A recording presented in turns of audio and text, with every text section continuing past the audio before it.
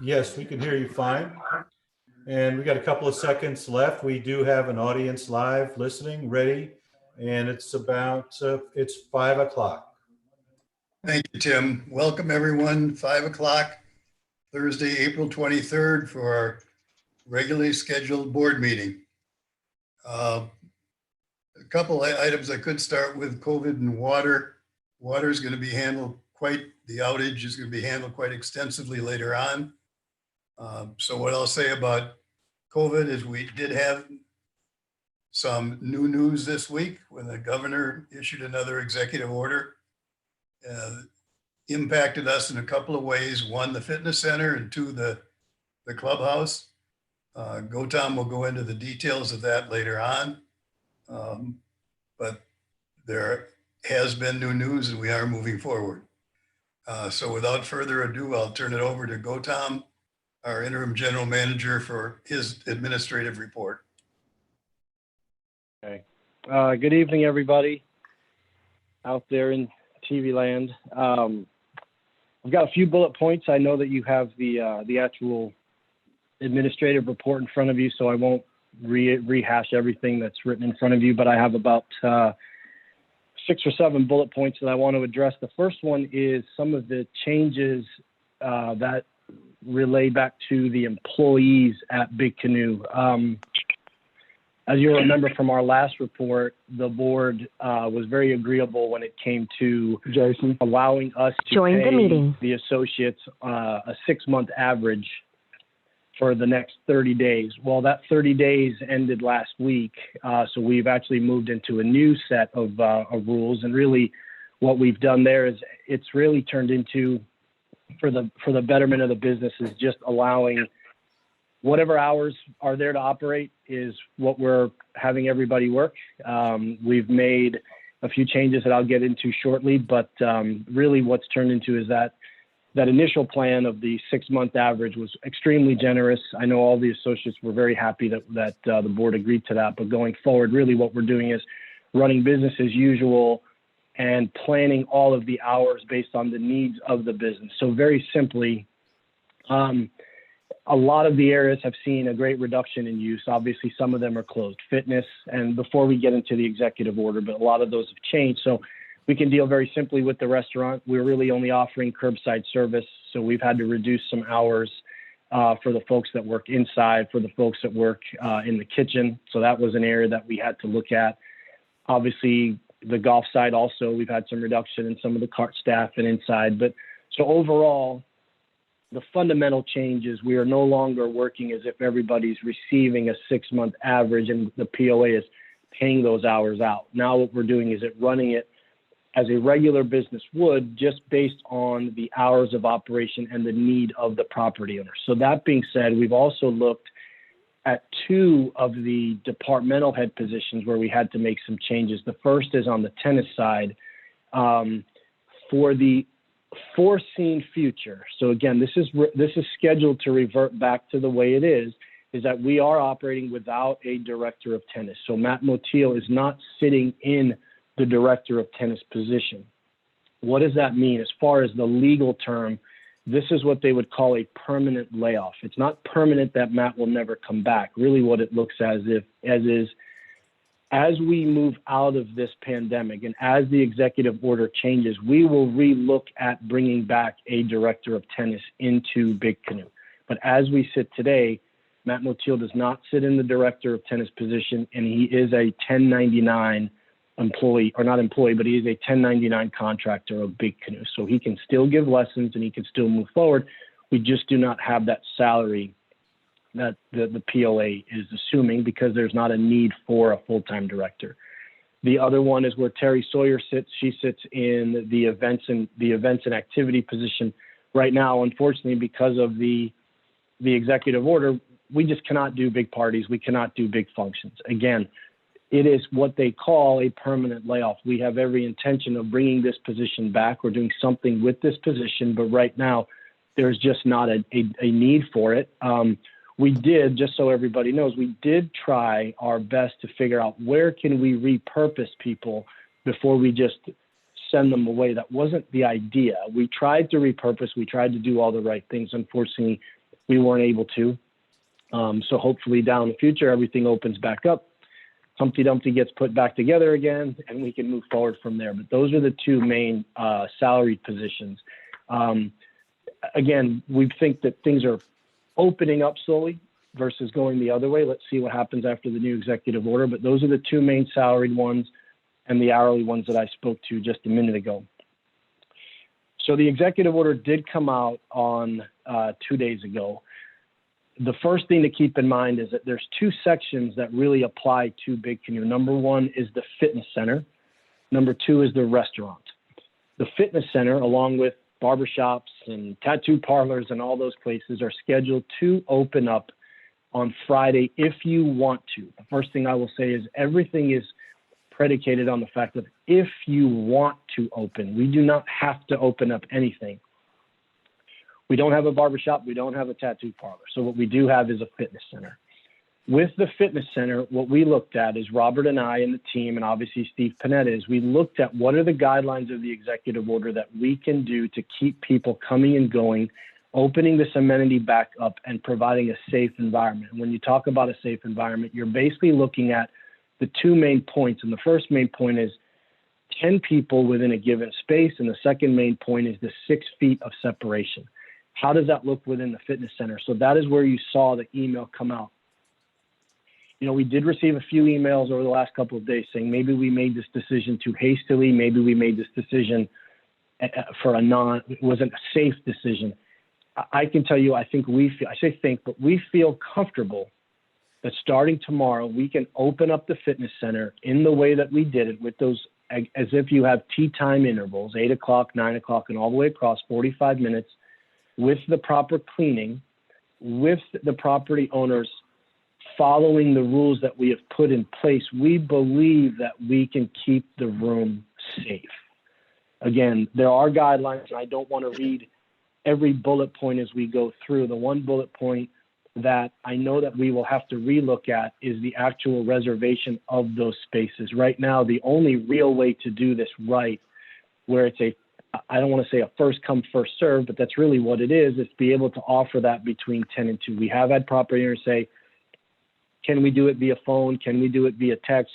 We are looking at it, but in order for us to open up on Friday, we want to make sure that we're able to do this through Steve Panetta's email. It's the best we can do right now. I can apologize until I'm blue in the face, but really what we're trying to do is figure out that one system. I think we are going to get Justin involved, who's going to do an online reservation system, just like you do for golf. But like I said, I can just ask for patience on this. But we believe that with what we have, with the 10 people, the 6 feet of separation, you know, the different time slots where we have cleaning going on, keeping the restrooms closed, gloves and masks on our people, et cetera, we should be able to do this safely. So we will monitor it tomorrow. You know, we will do the best we can going forward. We just hope that everybody can obviously we are asking, obviously, the residents to do the best they can to clean after themselves, but we will have staff in there. So that addresses the fitness center. As far as the restaurant goes, very honestly, with all the property owners, we're going to take this one much slower. We have the opportunity to open up on Monday. We will not open up on Monday. We are going to take at least another week, which will be May 4th, I believe it is the date that following Monday, but we just need some time to figure this out. There is a lot more involved in restaurant opening than there is when it comes to the fitness. The 10 and 6 is a little bit more different. What are the rules when a group of 4 come in versus a group of 10? Imagine having a table where me and my wife and my 2 daughters go in for dinner. We need a table that is actually 6 feet by 6 feet so that we're not that close to each other. Now imagine that you have that rule with the gentlemen that play golf and they want to come inside. So again, before we do that, there's a lot of things we have to work on. How do people get in? How does the reservations work? How do we serve food from 6 feet apart? Do we serve the food in styrofoam boxes so that there's no food that's exposed? Again, there's a lot to it. How do we minimize the menu so that you can get in and out within maybe an hour's time so that we can maximize on the property owner's ability to utilize the space? So I just want to say, as far as the executive order goes, you know, we will we are looking very hard at opening the restaurant up, but we will take our time in making that decision because we need to make sure it's safe.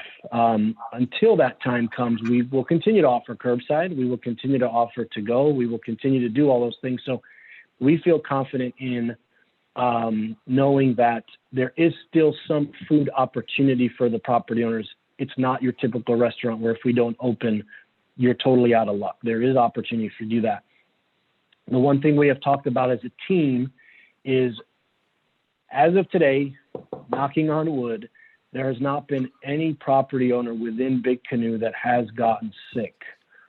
If we keep that in mind, every decision we make going forward has to be cautious and we have to be patient. We don't want to do something that's rash or somebody is exposed to something. So we just need to make sure our ducks are in a row before we go ahead and do that. So that's the update as far as the executive order goes.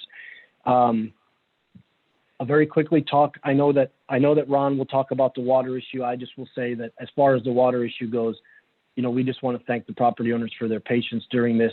I will tell you that, yes, we as the POA have to do a better job of our communication back with UIG, and not all the blame is to be put necessarily on UIG. That's not what we're trying to do. What we are saying is that we needed to make sure that we communicate and we can communicate back to the property owners. So with the water communication, I'll talk briefly on the pipe replacement. There is the pipe replacement that's going on hole number 5 of the Creek Golf Course. Today's rain did not help us, but we'll keep moving forward and getting that done. We're hopeful that we can get this done within the next, 7 to 10 days.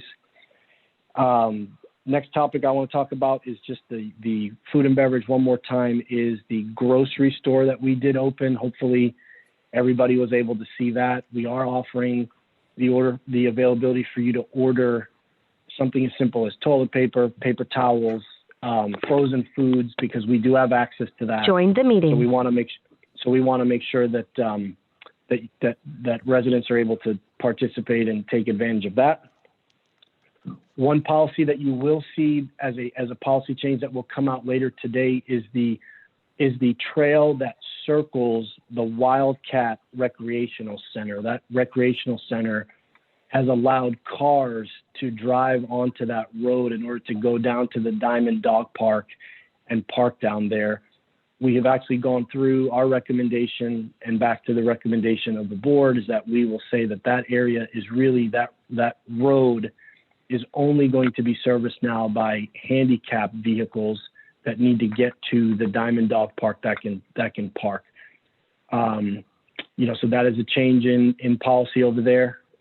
You'll see that come out via email here shortly, but that is a decision that we felt needed to be made basically, again, for the safety of the community. What we have seen during the pandemic is more and more grandkids visiting, more and more property owners taking walks. So in order for us to do that, we just need to make sure that area is safe, that we don't have cars that are going through there. We have signs that say share the road. Unfortunately, when cars come through, it's the humans that have to walk out of the way. So it's a little bit dangerous there. Other than that, I don't really have a whole lot of changes from our work session that was there last week. The only thing I will continue to add is, everybody continue to be safe. You can reach out to us via email and phone call if you have any questions. But all we ask is that for the patients as we get through this, every time like I said, we continue to meet in the mornings to talk about the pandemic. We continue to have our conversations of how do we keep the property owners safe. As the executive orders come out, we will continue to make decisions based on what the governor is allowing us to do, right, wrong, or indifferent. There'll probably be a slow opening of everything that happens here within Big Canoe, but like I said, we just want everybody to maintain their safety. Like I said, 10 people, 6 feet apart. On another note, there are no changes with golf. There are no changes with tennis. There are no changes with pickleball and all those other amenities. It's really right now, it's fitness and it's the restaurant that are the two areas that the executive order will allow change for. That is my update. Thank you, Gautam. Are there any questions from the board for Gautam? No. Okay, thank you. Gautam, thanks. And I think it's obvious to everyone that, you're trying to provide a minimum level of amenity usage. Well, safety is number one. And I'll reiterate that, again, all of the property owners have been very, very good with social distancing, with everything. Please be very aware of that in the fitness center, as that decision could be reviewed if that becomes a problem. So let's not have that happen. Appreciate that. Jayne, you got a financial report? I do. I got dropped off my call there for a second. Okay, hold on just a second.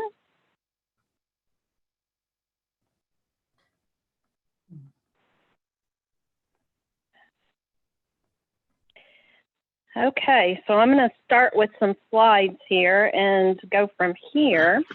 Our net income is in the green lines there that we look at over all for operations. So our March net income from operations was about $64,600. This was better than budget by $52,000. Our year-to-date net income was $249,700, which was better than budget by $46,000.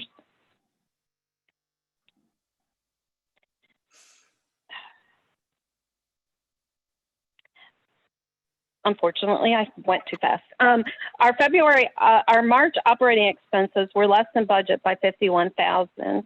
Most of the operating departments were under budget, and that was shown on the previous slide, but I went too fast. The amenities performed less than budget by $14,000 or $15,000. Food and beverage was less than budget by $26,500. This loss takes into account for the clubhouse being closed for eat-in service on March 20th, and after that, it was carry-out. We did make, there were no banquets during the month of March, and all of the big member functions were not accomplished after March 20th. In addition, for all of the amenities, like Gautam said, the full-time staff was paid their average hours up to 40 hours, even though they were not working all those hours.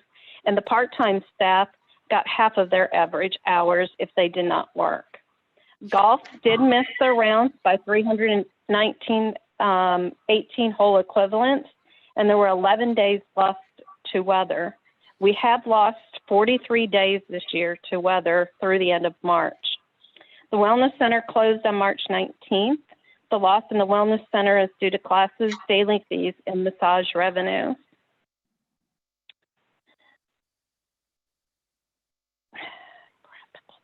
Our cash, I'm doing this, hold on.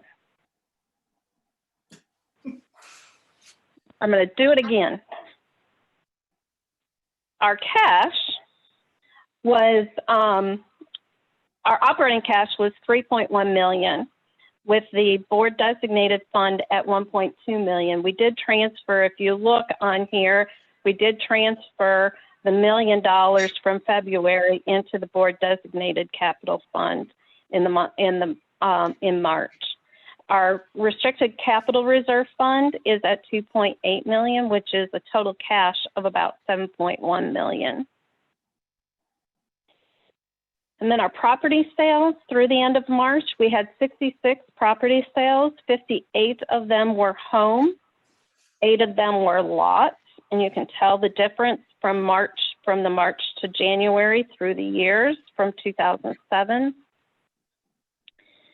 And the interesting part is that our property sales have increased even over February by $16,000. They're up to $437,900 as the average price of home.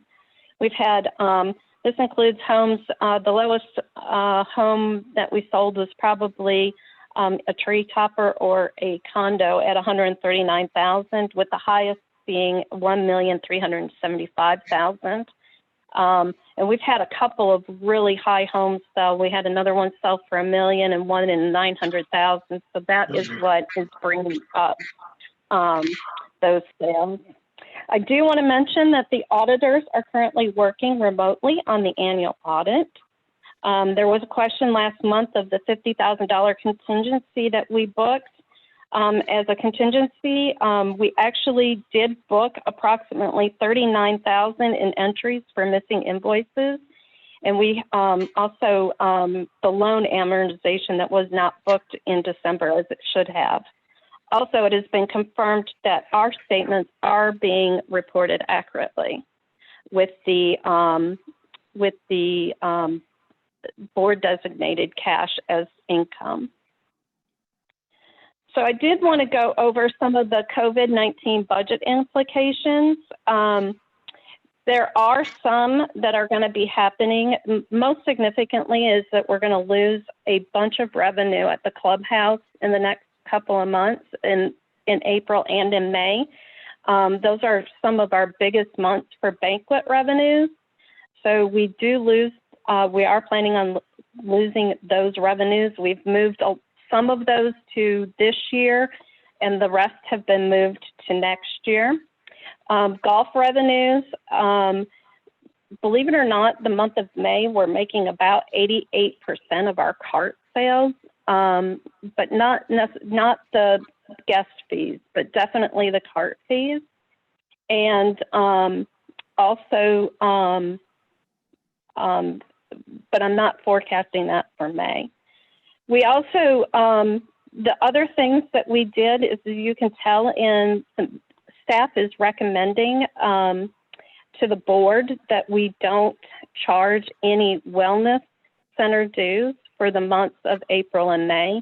And actually, that would come on your April and May bills that the wellness center members would not be charged any dues.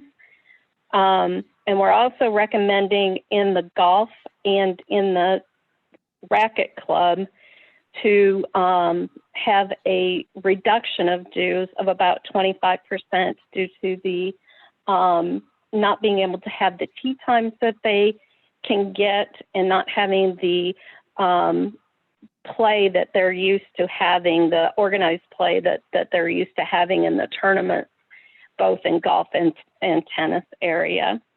I have shown on this forecast that swim club, this is through June 1st. At this point, I have put on here that we're not going to open Memorial Day weekend like we thought, like we normally do. So that is being impacted on here. And also the pontoon boat rentals is impacted a little bit because not as many people are renting the pontoons since there are only 4 people that can be on those pontoons. So that's what's really driving it. I do expect our revenues to be about $861,000 less than what we budgeted for the first 5 months of this year. As for the amenity operations, based on that and based on what we've done with staffing and how we're going to pay them, like we have said, we have paid them up until this week based on their average hours over 6 months. Going forward, we're just going to pay them as they work. So that is forecasted in your April and May column here of those changes. And that's where our net income is for the amenity operations.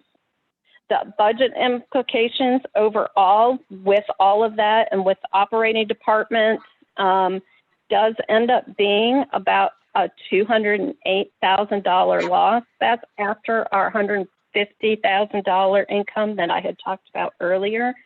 So it's a loss that we're expecting for the first 5 months based on the revenue that we're not expecting on getting. So how does that affect the POA? Well, we budgeted $1,465,000 for net income. With that decrease, with our principal payments and adding back the depreciation, it affects our surplus instead of being about $550,000 to be about $341,000 for our surplus cash at the end of the year. So that is my report. If anybody has any questions, please ask.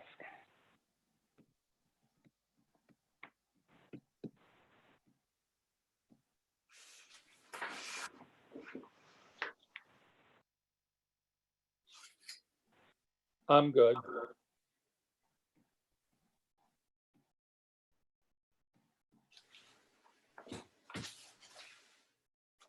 No questions, Jane? Well, okay, Jane, Go ahead. I did have one real quick question for Jane. Jane, right now you're showing 340,000 that will generate $340,000 this year based on the COVID, the impact of COVID through the month of May. If it extends, That's correct. If it extends longer than that, it is possible that those our financial results could be worse than what's been projected at this point. I mean, it's quite possible, probable even. At that point, and maybe this is more of a question for Gautam, but at that point, would we look at dipping into cash reserves? If in fact we went below the 341,000, would we look back at cutting back on planned capital expenditures? Or are you just in the process of doing that planning at this point and don't have an answer? No, we do have some capital projects that we've earmarked that could not be done. We've also earmarked some other financials that other items from the financials that could be eliminated in the operating budget. One is the pine straw, which I think we've already postponed at this point, the pine straw installation that we usually do at the beginning of May. So we are taking some measures on those kind of things. Okay, thank you very much. Okay, Gautam, I have a question that I don't want an answer for now. I just want to pose this question for some homework for you to do right after the NFL draft ends tonight. The clubhouse last year, somebody might remember, was somewhere around 775,000 and not too good. We had a new budget, 507,000. Now we're looking at a hit here of 133,000. That in my math comes out to about a 640,000, which is a nice improvement and a not so nice loss. One of the things you did in the town hall meeting is you took a full year look and said, here's what the improvement could be with cost of goods sold, labor improvements, those kind of things. Can you take another look at this number so we can start getting a good outlook for the year and the loss in the clubhouse, okay? Yeah, sure, we can do that. Thank you much. And then I want to make a comment now. Jane talked about 2 years fees for the fitness center, 2 months, I'm sorry, 2 months fitness center fees and 25% reduction in racket and golf. And if you all remember, back when this thing first hit, COVID first hit back in March, there were people very, very quickly saying, are you going to do this? Are you going to not charge us our fees for this month when we don't have the use? Our response at that time is we want to do the prudent thing. We want to wait until we get a better picture. It's a month later. We do have a better picture. The picture in March, the picture now is at $200 and some thousand, 207, I think. The number in March was well over $500,000. So I think you can see we did the prudent thing for Big Canoe and for you in waiting to see what we could do and making that happen. That is it. Next is Amy. Bob, Yeah, go ahead, Reed. with respect to your question or your task to Gautam as far as taking a look at food and beverage operations. As part of the contract, one of the things we are requiring Bobby Jones to do is recast the rest of the year, basically June through December. And given the fact that obviously the clubhouse is going to be, and food and beverage is going to be a big part of that, I'm just wondering if it would be okay if Gautam's the budget relook that you've asked him to do could be just part of this overall budget recast that we've requested. Yeah, Regis, this is Wayne. The other part of that we talked about earlier was we've got to go back and look at all these other events that we've got scheduled that are cash profitable for us normally, but may not go. So that's got to be part of his re-looking at where we stand for the rest of the year, which just reinforces your point. Right, and that's, you know, kind of the point. Bob has asked specifically to look at the clubhouse, and we have, as I said before, tasked Bobby Jones to look at the entire operation. And I looked at that. To fold that into the same exercise. Yeah, the reason I asked for just this, because I looked at the agreement last night, and it said that Bobby Jones Links / Gautam in one of his hats is going to have a reforecast for that period you're talking about, June through December. And he's going to have that presented to us by May 15th. Gautam, you might want to comment. That seemed pretty aggressive to have the whole thing done. That's why I went back to Loeb. Gautam, you're a miracle man. Can you make that happen? I got to hustle. Yeah, I think there's some unknowns so far. Now the 15th, Governor. Well, you know, we can work that out. That's I don't want to take it. This meeting's going to run long, so we can work that out offline. But yeah, I would like to say one thing though to address the food and beverage side is, you know, the governor has allowed us to open. You know, I want to be very clear that part of the discussions that I have with Robert and Jonathan and the team is, you know, at the end of the day, even though the governor is saying you're allowed to open, we still need to make a fiscally sound decision. If we feel that opening the restaurant is going to lead to this further losses and losses and losses, it may not make sense for us to open it. So we're looking at what is it going to take to have employees, because if you really think about it, I know I'm going off topic here, but very simply, the amount of labor that it may take for a very minimal amount of service, meaning if we're only allowed to put 2 tables in the Black Bear Pub and 2 tables on the veranda based on the 10 foot or the 10 person minimum, 6 feet apart, you can look at all these beautiful rooms that we have inside the clubhouse and they become so small and they shrink so tiny.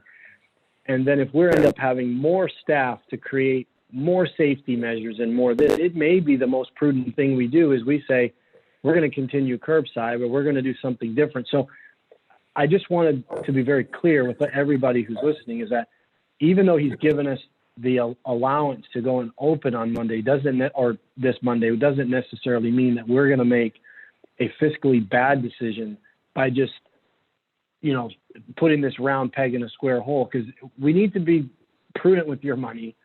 We need to make the right decision. So before we do that, we are going to look and see what this, I think curbside math is in a positive direction. Opening up the restaurant in 5 different areas for maybe 10 or 15 covers may not make any sense, because we're going to have to throw a lot of bodies at this. So I just wanted everyone to know that even though I said before we're working towards it, at the end of the day, the decision will still be based on what does this look like financially for us. It may not make sense. So I just wanted everyone to be clear on that.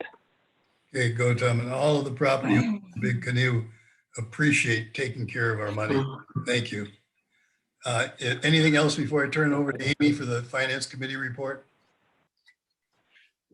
Amy, you're on. Okay. We met remotely Tuesday this week and reviewed the year-to-date financials and Jayne's projected results for the year. And as she pointed out, we were ahead of the budget by $145,000 at the end of March. So before the full brunt of the shutdown is going to be felt. So that definitely helped our projection. Assuming our forecast numbers hold up, as she said, we anticipate net income before the $25 a month capital earmark to be about 1.2 plus million instead of 1.4 plus million. This doesn't factor in any upside potential savings from the Bobby Jones arrangement regarding any kind of improvements in amenities or purchasing contract discounts. So that could be to the upside. On the downside, we're going to keep a close eye on accounts receivable and bad debt next month.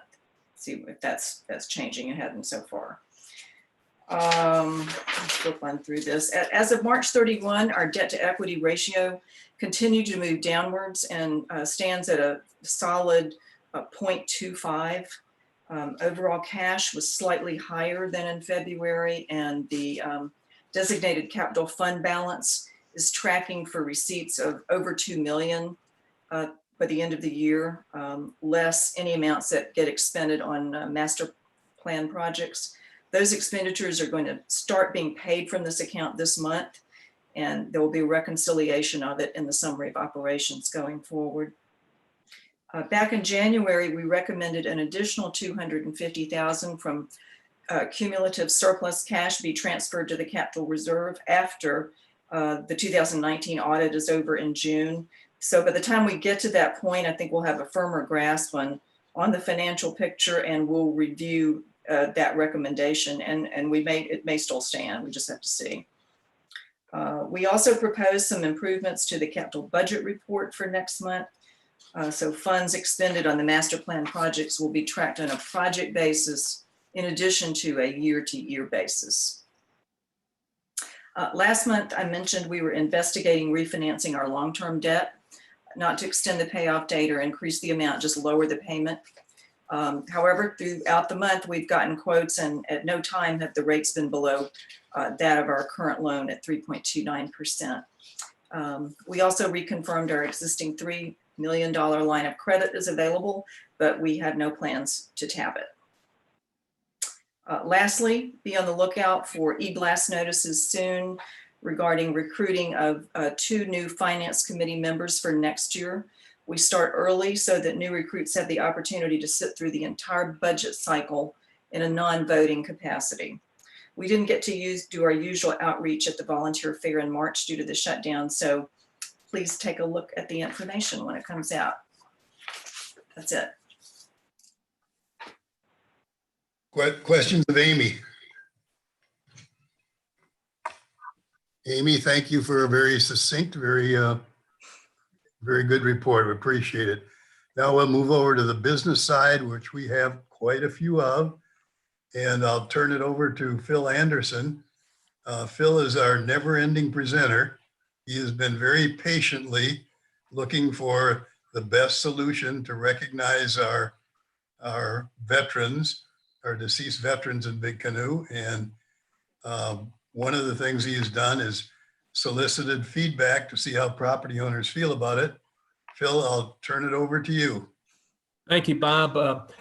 Over the past 30 plus days, I've received 100 emails representing 134 property owners based on how those emails were signed. And the count is 132 property owners in favor of the program and 2 opposed. Late this afternoon, I did also receive 2 other emails that came in through Ask the Board in opposition to the program. So the current updated count is 132 comments in favor and 5 in opposition. I might also mention that I have received 72 banner requests that are already in hand, where property owners are asking to sponsor 72 banners subject to approval of the program. I am to the point where I'm asking you to approve, for the board to approve all 6 points presented at the April 16 work session. I'm happy to review those 6 points with you. I can also cover the late breaking opposition comments that came in late this afternoon, whatever your pleasure may be. Yeah, would you do both of those for us real quick, Phil, or take your time? Sure. Sure. I'll cover the ask the board comments that came in late this afternoon, and then I'll remind the board of the 6 points that we're asking you to approve. The 2 additional emails that came in this afternoon suggested changes and were in opposition to the proposed program. The first email suggestion was to relocate the banner display to the terraces. The author of the email wrote, "We celebrate our veterans twice a year at the terraces." Well, that's no longer true. Memorial Day and Veterans Day remembrances have been held at the chapel for the past 2 years to avoid any inclement weather and also for the comfort of our property owners who attend. Also, the terraces is not POA property, but chapel property. So the chapel would have to make a determination if the terraces could be used for that purpose.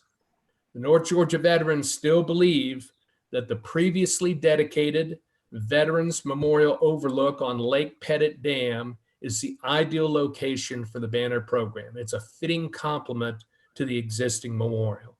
So that speaks to the first email that was received late this afternoon. The second email in opposition stated that 2-sided 18-inch by 36-inch banners are not allowed anywhere in Big Canoe. That's also not true.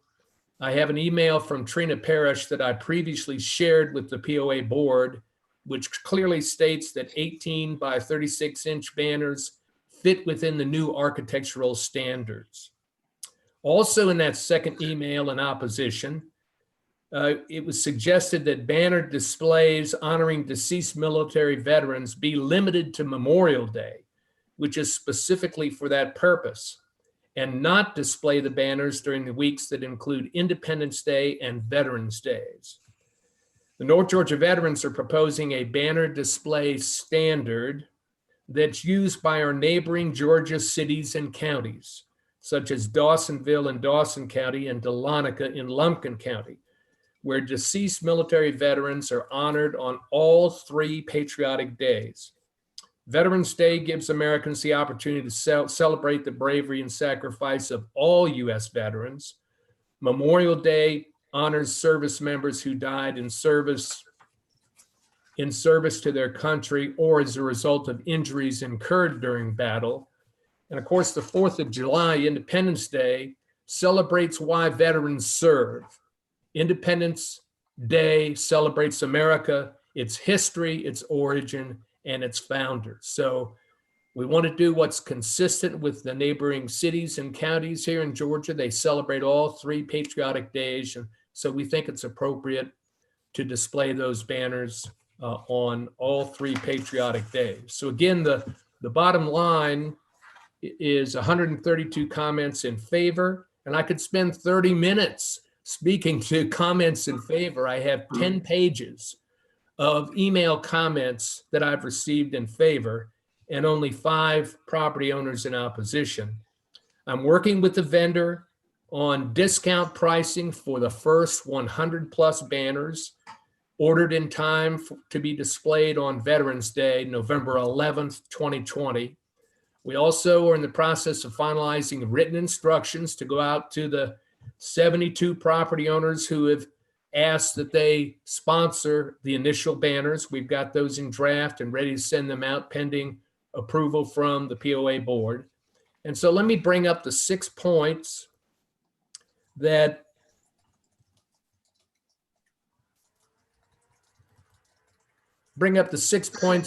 we talked about previously that we are asking for POA support on. We're asking that Lake Pettit, that we be able to use Lake Pettit,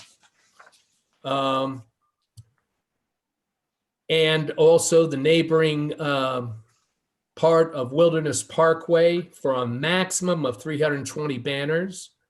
We'd come back to you for additional requests if warranted. I think the 320 is going to be more than adequate for several years to come. I'd be surprised if we got to that 320 number, bearing in mind that as property owners leave Big Canoe, they take their banners with them. And as new property owners come, they sponsor new banners. We would ask you to approve 7 days for each of the patriotic days, Memorial Day, Independence Day, and Veterans Day, largely for the Boy Scouts who are going to be putting those banners out and then recovering them. Be easier for them to be able to do that over a 7-day period. And it also gives the sponsors sufficient time to see the banners while they're on display. We'd like to launch the program Veterans Day, November 11th, 2020.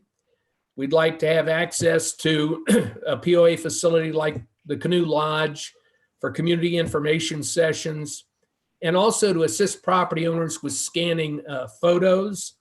And finally, we would like for the board to appreciate that this program is fully funded by the North Georgia Veterans and the sponsors for the banners, and there's no POA funding required. So with that, I'll turn it over to questions. I wanted to mention, along with Phil's comments, I have also been in receipt of comments from some Big Canoe residents, and also from I actually reached out to the Conservation Committee to get their insight on this. And while I wholeheartedly approve of honoring, all that have served this country, I'm wondering if a better plan or a path for recognition might be considered. The Conservation Committee suggested that they have possible concerns regarding the eagles and where they nest and whether or not this might have some sort of less than positive impact on it. And a resident reached out to me and believed that rather than the temporary honor, that Big Canoe should consider putting together a permanent way of honoring veterans, and one of the design that would be in harmony with Big Canoe is how they stated. And I just wanted you to understand or hear what I'm hearing from the community. I understand and appreciate those points of views. I don't think the banners or the visitors to the banners will disturb the eagle population. There's pretty good separation, pretty good distance there between the dam and where the eagles are nesting. And the other point that you made, Lou?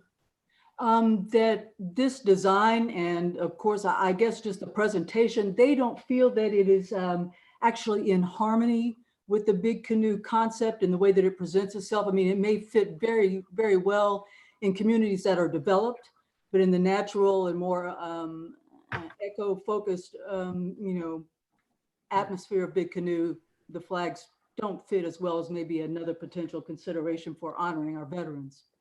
And so they were suggesting a permanent memorial, if I remember your comments now. Correct. But we already have a permanent memorial that 67 property owners contributed to back in 2002, 13 of which contributed at least $1,000 each. And that's the memorial overlook with the flagpole and the stacked stone.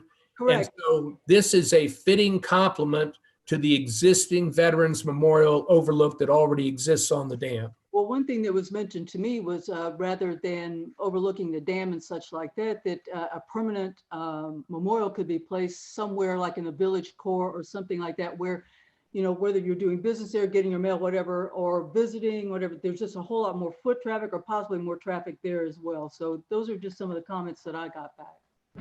I appreciate that. The North Georgia Veterans have been working this with property owners for more than a year now. And this is our proposal that we would like for the board to act on. Are there any other questions or comments? Yeah, Phil, I have a couple of comments or possibly suggestions. Two things relative to the length of display. I noticed that your 6 points at a minimum of 3 and a maximum of 7. Would you consider, or would the North Georgia Veterans consider a compromise? And I understand it's very labor intensive for these banners to be put out by the Boy Scouts. And, I appreciate that. Just wondering if we could limit it to 5 days, 2 days before and 2 days after. And then the other consideration is, certainly this debate, as Lou mentioned, gets down to what is or is not in the character of Big Canoe. And, you can read parts of our strategic plan that talk about the values, small town, values, friendly small town atmosphere. I think it's certainly very consistent with that. But until we see these banners actually on display on the dam there, we have no idea, it's hard to conceptualize what exactly that's going to look like. So my suggestion would be to start this somewhat small, maybe half the number of banners, say 150, and understanding that once this is agreed to, that it's not going to go away. People will have paid for those, and as long as they are Big Canoe residents, they will be there on display. So we started a little smaller than the aggressive 300 plus banners that are currently visualized or envisioned. And then if it is, and I suspect that once the property owners do see this, and it is a fitting tribute to our veterans, that there will be no protest or minimal protest, and we'll be able to expand it to the full number that you and the other veterans have envisioned. I Bob, suggest, if I could add something, Bob. yeah, go ahead, Wayne. The 350 number was sort of what it probably would be at the maximum anytime in the near future. I think it's more likely that 70 to 100 is probably what you'd see, just so we could get to a discount that would make sense for the individuals involved, and presenting an opportunity to have somebody in their family recognized. My recommendation is we move forward with the vote, Bob. I was just going to say, let's handle this. Regis, if you would make a proposal for us to vote for, and if it gets passed, we're moving forward. If it doesn't get passed, Lou, we can consider your suggestions or other suggestions. Does that make sense to everyone? I'd like to hear what Phil's reaction to these comments is. Yeah, would you consider modifying the numbers so that residents could maybe, gauge the impact? Right. If And I one understood, thing I want to emphasize is that what has been proposed and requested, and then if we need to negotiate, but I would prefer that we go ahead and vote on the proposed 6 requests and that we approve the 7 days, and I would so move. I second it. Okay, is there any discussion?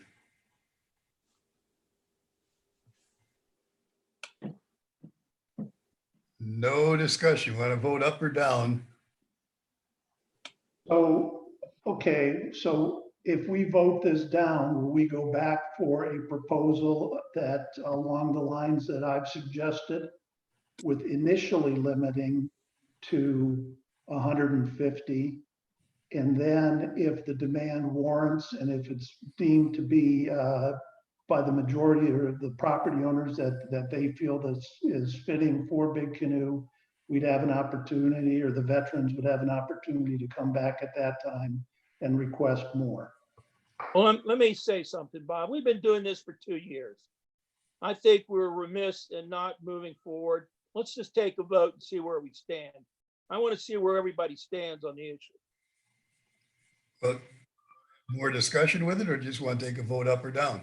I want to take a vote up and down. It's my recommendation. Okay, so the vote up or down is to approve or not approve the 6 points that Phil is asking for from the POA. I vote yes. I vote. I vote yes. I vote yes. In the current scope, I vote no. I vote no with as presented. I'd be all in favor of it if we would limit it to, as I have previously suggested. I think it's a fitting tribute, but I just think we should start a little bit, take a more measured approach initially. Well, Bob, we have 4 votes in favor. Okay, anybody else want to vote or not? I'll vote You yes. you can vote, Bob. I voted yes. Okay. And who are we missing? Phil? So 5-2. I voted yes. Okay. So it's passed. Congratulations. Hey, Phil, thanks for your typically thorough job of research and presentation. We appreciate it. And we'll move forward and see how this transpires. Always could be subject to modification, but we've got something to move forward with. And we appreciate it. We appreciate what you've done to honor the deceased veterans of Big Canoe. Thank you, Bob, and I appreciate the board's support. And would you like for me to hang on if there are any questions at the end, or should I drop off? You're welcome to do whatever you want, Phil. You can hang on if you want. If there's questions at the end, we can get them to you later. So I'll hang on. Okay, thank you. Let's go to Lou. There's an AEC proposal, first reading. Correct. With this first reading, again, the AECC is simply requesting a small modification to their new guidelines that they just worked hard and completed this year. But it's primarily focused on the actual situating and placement of a foundation on the approved site plan. I think they've actually had a recent occurrence where a builder went through, started laying this foundation, and it wasn't, maybe it was a little bit too close to the street or something. So to address that, this inspection requirement would now allow for the lot to be graded, as I read, with the footprint of the approved site plan staked, but they still must go through with the required inspection by AECD. So again, it's just a slight modification that they're asking for the board to approve. So Lou, let me ask you a question to be sure, because you brought up earlier that we think it's important to get it staked out so they can actually physically see where the limits are. And then they came back and said they thought that was somewhat onerous, but it seems to make sense to me. Is that still a concern, at least on the part of some of the builders?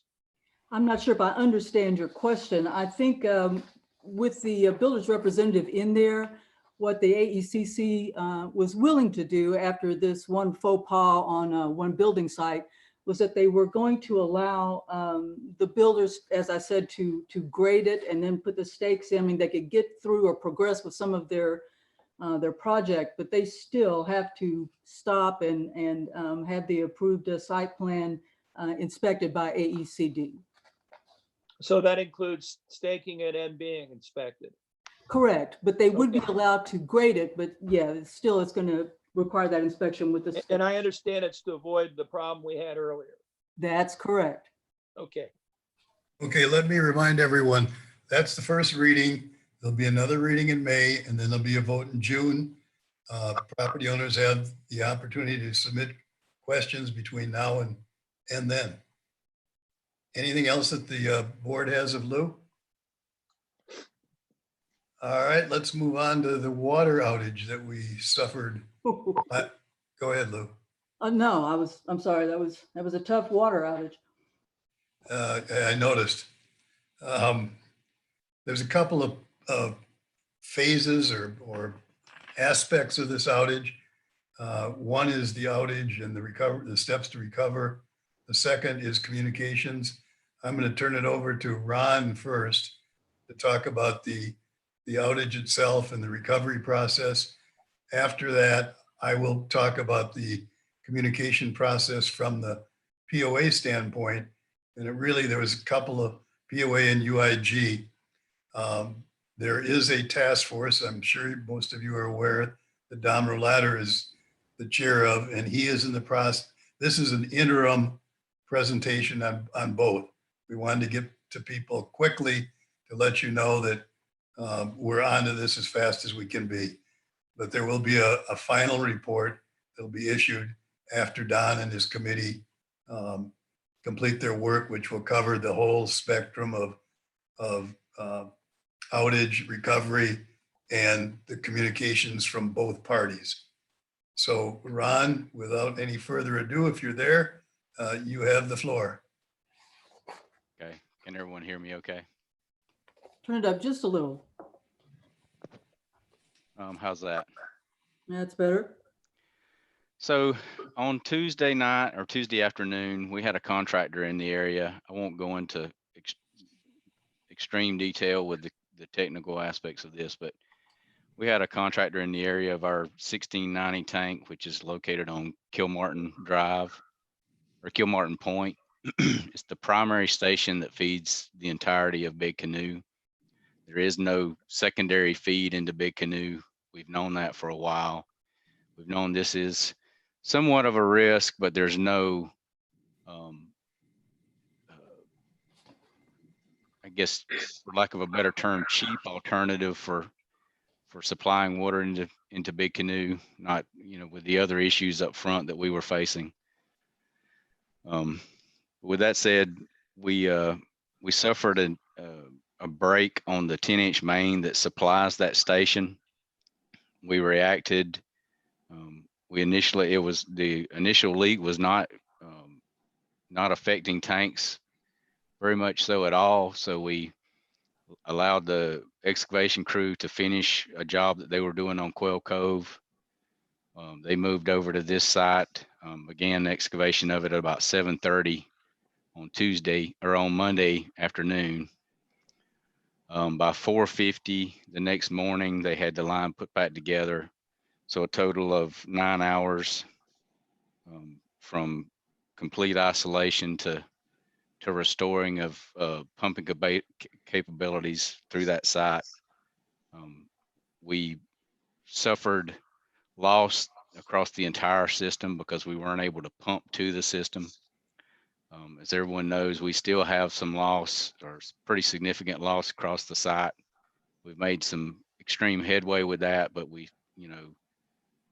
even in the still of night, we lose water in the tanks just by background loss across the mains and service lines. And specifically with this one, there are 2 tanks that were most affected. One was on Disharoon, the other one was on 2430, the far western side of the subdivision. Those tanks were actually feeding back down into this line. Originally, we weren't aware. We had never tracked those mains back down through the various roads and determined that those were actually feeding it. Once we determined that, we isolated them, but that time span allowed additional flow from those tanks to lower them more than others. So once we restored service, we started pumping again, business as usual. We have suffered some issues on that side of the system before. The longest we've ever had the longest we've had to recover was about 18 hours back in June, where we completely lost the Ridgeview tank.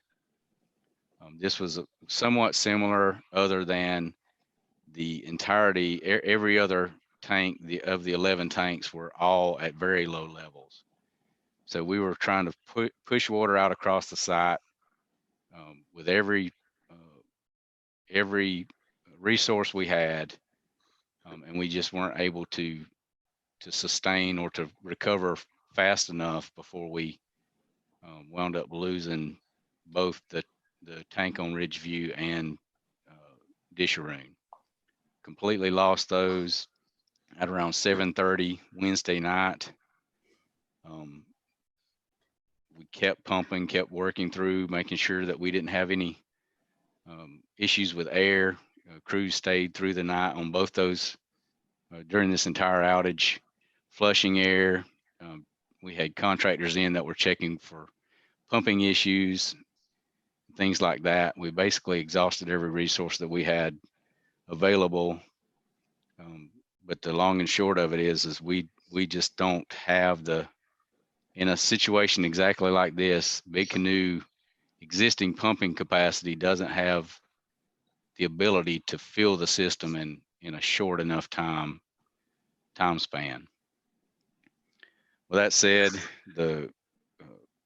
from the worst of the folks on Ridgeview had a total of 52 hours of service loss. we realize that's extreme. It's extreme for us with UIG. I mean, we've never suffered anything anywhere close to this.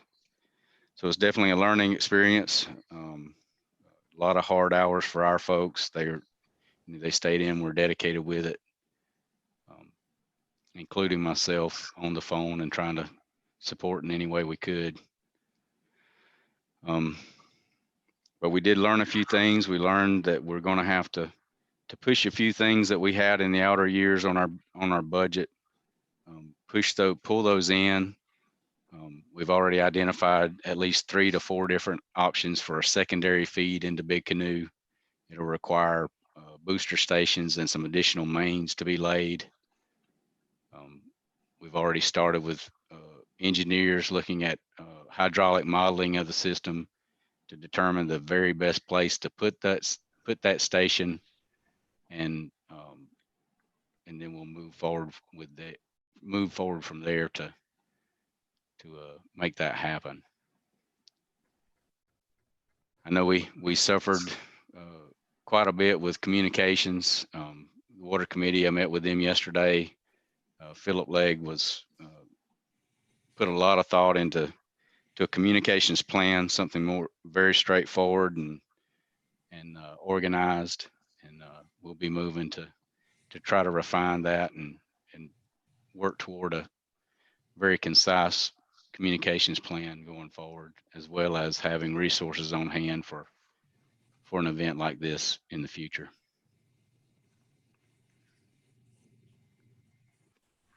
Is that it, Ron? Yes, sir. Hey, thank you very much. I appreciate all your efforts. I probably don't need to repeat, but I will repeat. A board a couple of years ago made a very excellent decision to engage you to manage our system. You've been doing a really good job. I know this hurts you personally. I know it's unusual, and looking forward to working together to see what all we can do. Questions of Ron from the board? Yeah, Ron, a couple of questions for you.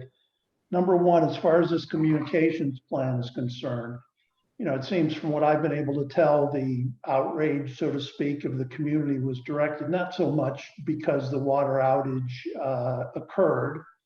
We understand the decrepit condition of our water system when you took it over.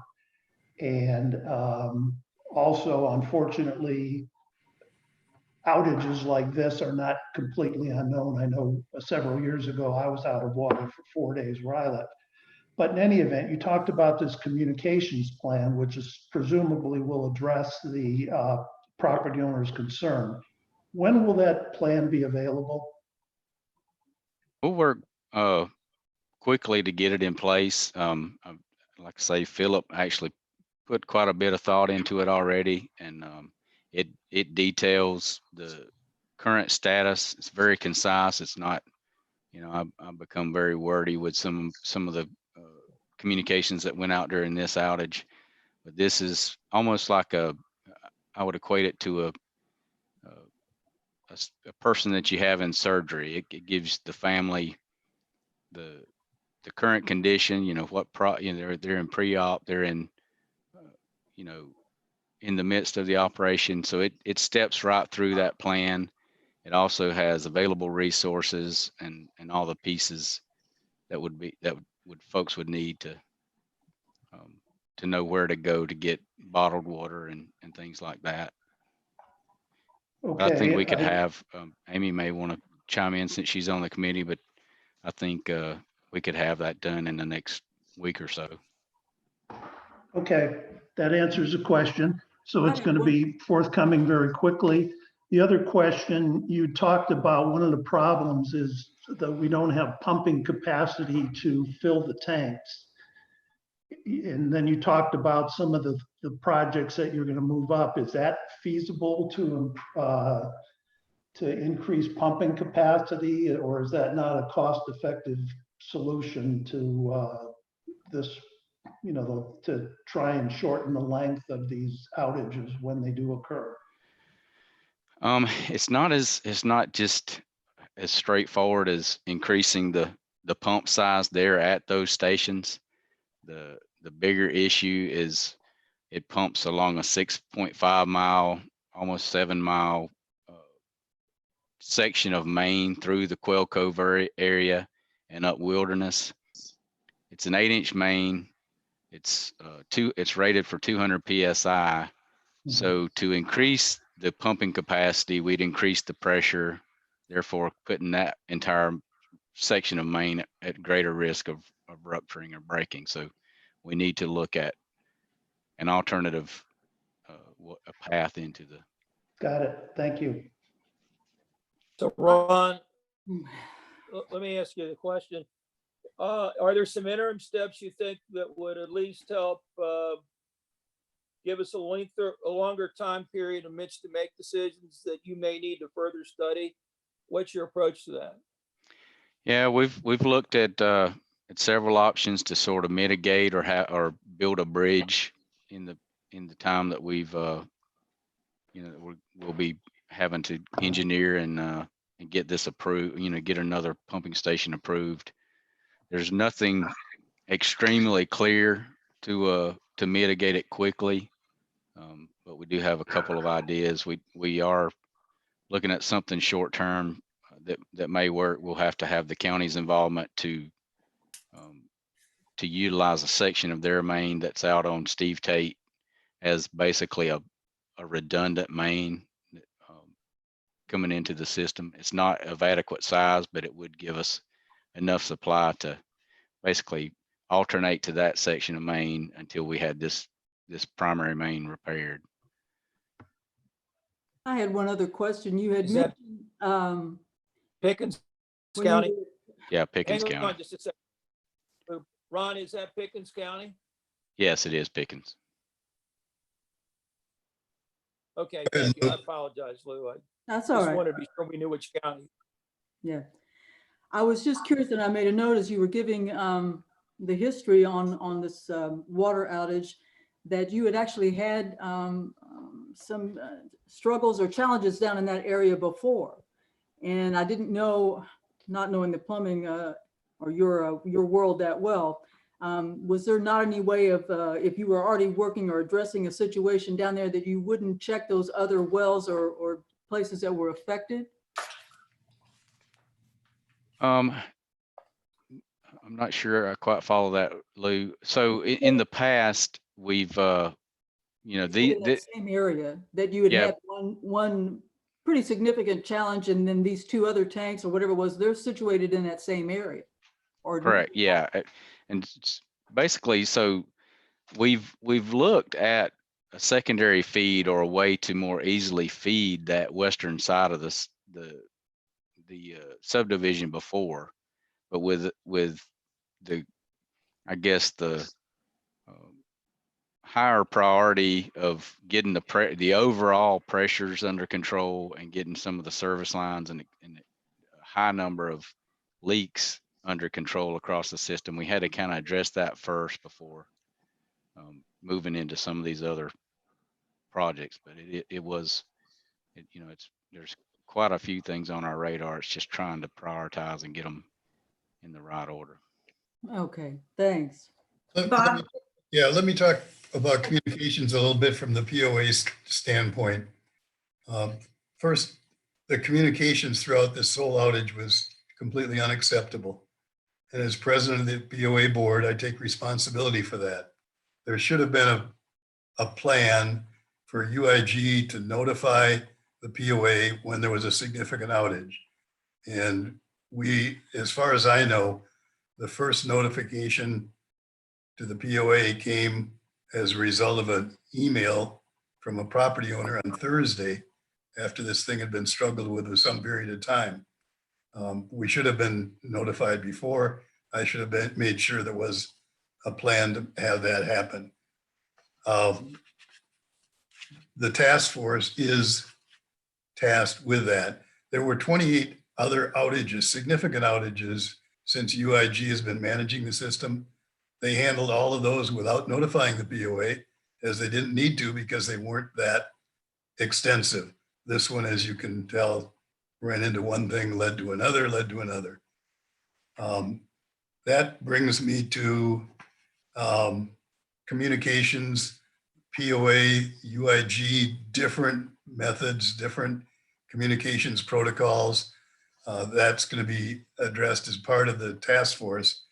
But I want to say again, repeat something that I said last week in the work session, that we see several Facebook posts that blame the POA, individuals in the POA, staff in the POA board, for not monitoring that.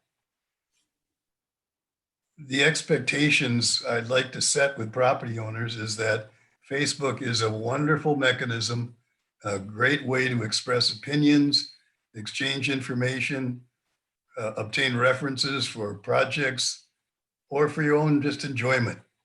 I have no problem with anything that is posted on there that is critical of the POA, of the board, or of me personally.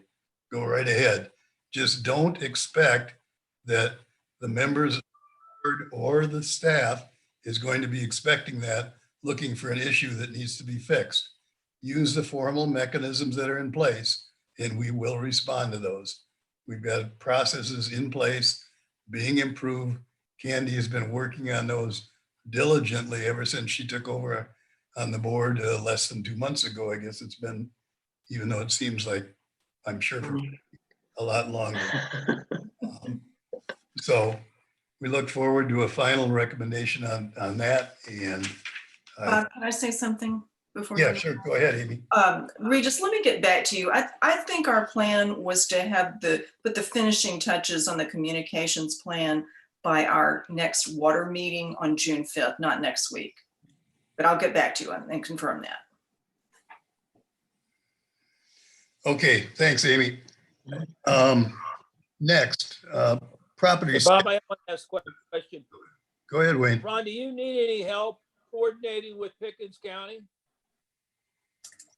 I think we've developed a fairly good relationship with them, but I'm always welcome help. Well, please ask us if we need to step up. Yeah, I'll definitely engage the board if We'll we go need talk to some help. Becky. Okay, Ron, thanks again for your hard work. I hope you've got somewhat you personally have recovered from the work you put in. One other quick response to Amy, that, I understand the full plan may not be available to June 5th. And if there's no outages between now and then, that won't be a problem at all. But certainly there are some lessons learned, I'm sure, that we can implement without the formal plan. So that in the unlikely event something should happen between now and then, the property owners can expect far better communication from the POA. Right, yeah. I mean, Gautam attended our meeting as well. So okay, he's in the loop about that. Okay, next topic. I'd like to inform the board that we closed, I think it was last Friday, on the sale of a piece of property on Hubbard Road that we've owned for some period of time, for 12 years. It is on the same side of the road as the fire station, just past it, 5 acres. Let me give a history real quick. Even back then in 2007, 2008, there was a lot of discussion in the community that there was a need for a community center.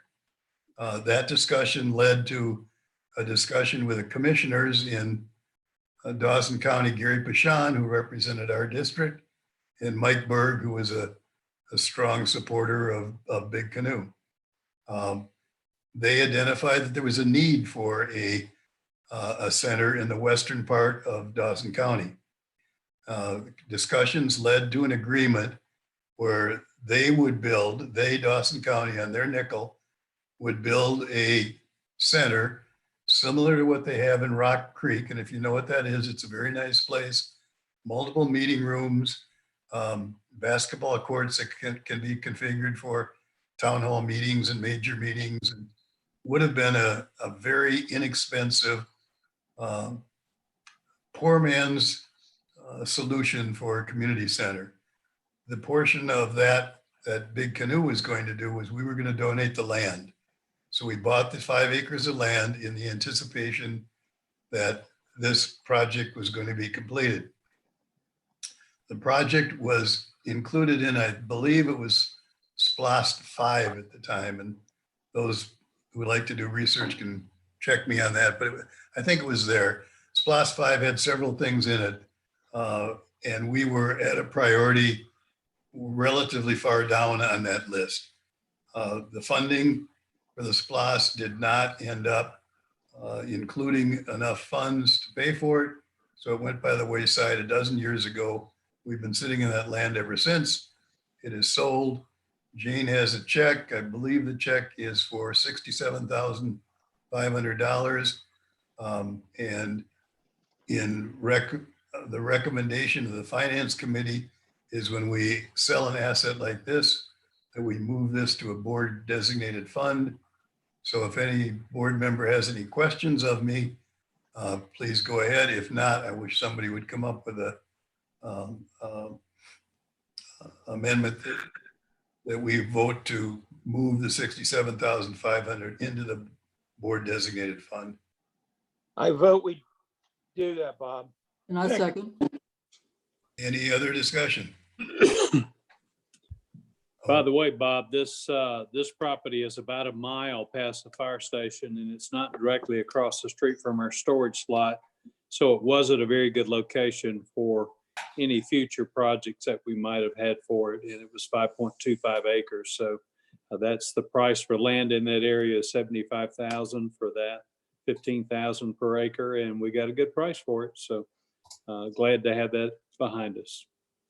Thanks, Phil, and thanks for all of your homework in getting that sale consummated. I appreciate it. So we have a minute and a second. All in favor, say aye. Aye. Aye.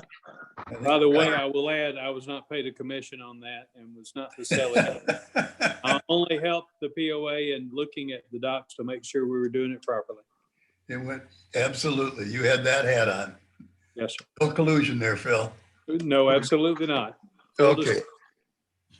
Okay, that's that. Next topic on the agenda is Bobby Jones links. I will turn that over to Regis, but let me make a couple of comments beforehand. We're moving along rapidly with completing that management agreement and reaching a agreement with Bobby Jones links, but I'd like to say that it has been a little over 60 days. The interim agreement is automatically re-upped from the 60 days.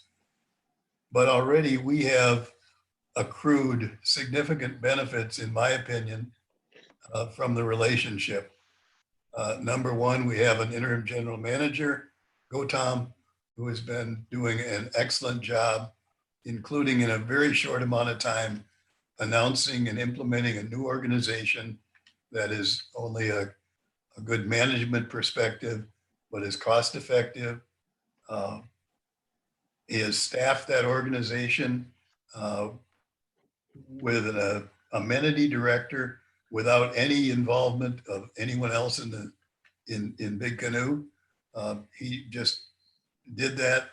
Instead of, in the old days, the board would have search committees. It would be a very difficult thing, and he's got a qualified Fawn Roberts just having a great time, and we're looking forward to him being here and someday or other fully opening our clubhouse. And the other thing is, the other day in the Finance Committee, just a little thing, but could be important.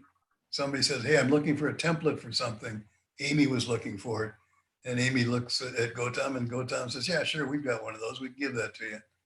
So we are accruing benefits, and Reed, you can talk from there what further benefits are going to accrue and where we stand.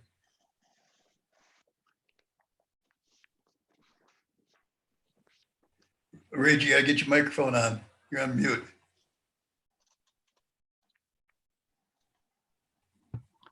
There you go. I am going to share my screen here. I'm still muted. Can you hear me? Yeah. Yep. Okay.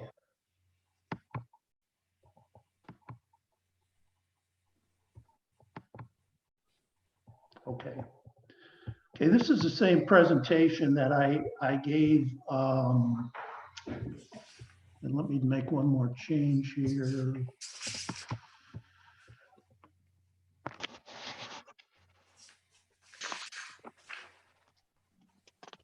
Okay, this is the same presentation I gave last week at the work session. And I guess it's backed by popular demand.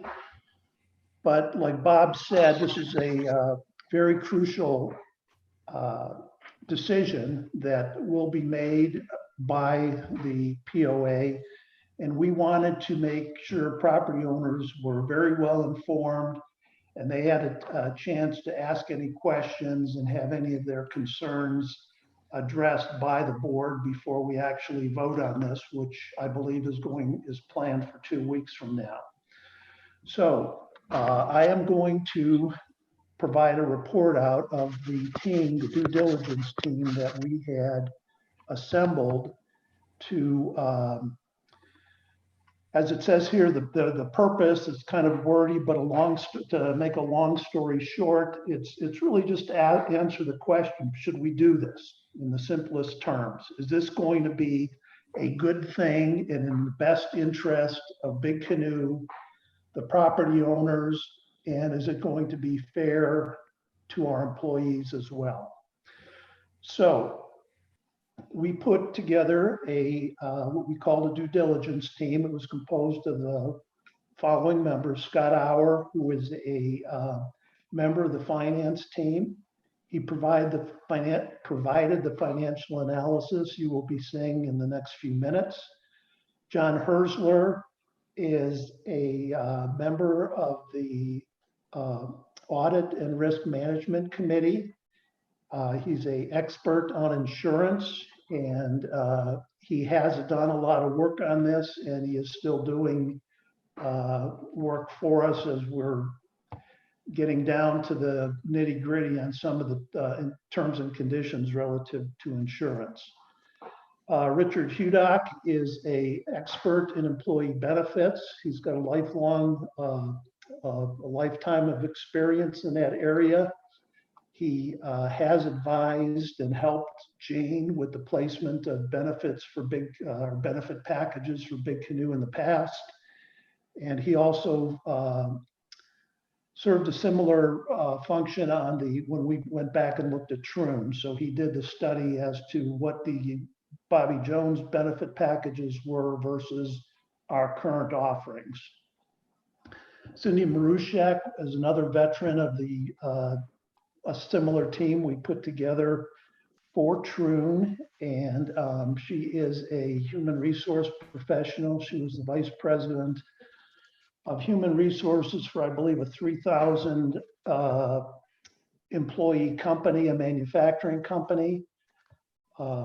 So Cindy is, she gets credit for the HR portion of this this presentation that is you're going to see in a few minutes. And then finally, we had a couple of property owners step forward indicating that they've had a lot of experience in contract review, contract negotiation, contract development, and they offered to help us with that aspect of this project.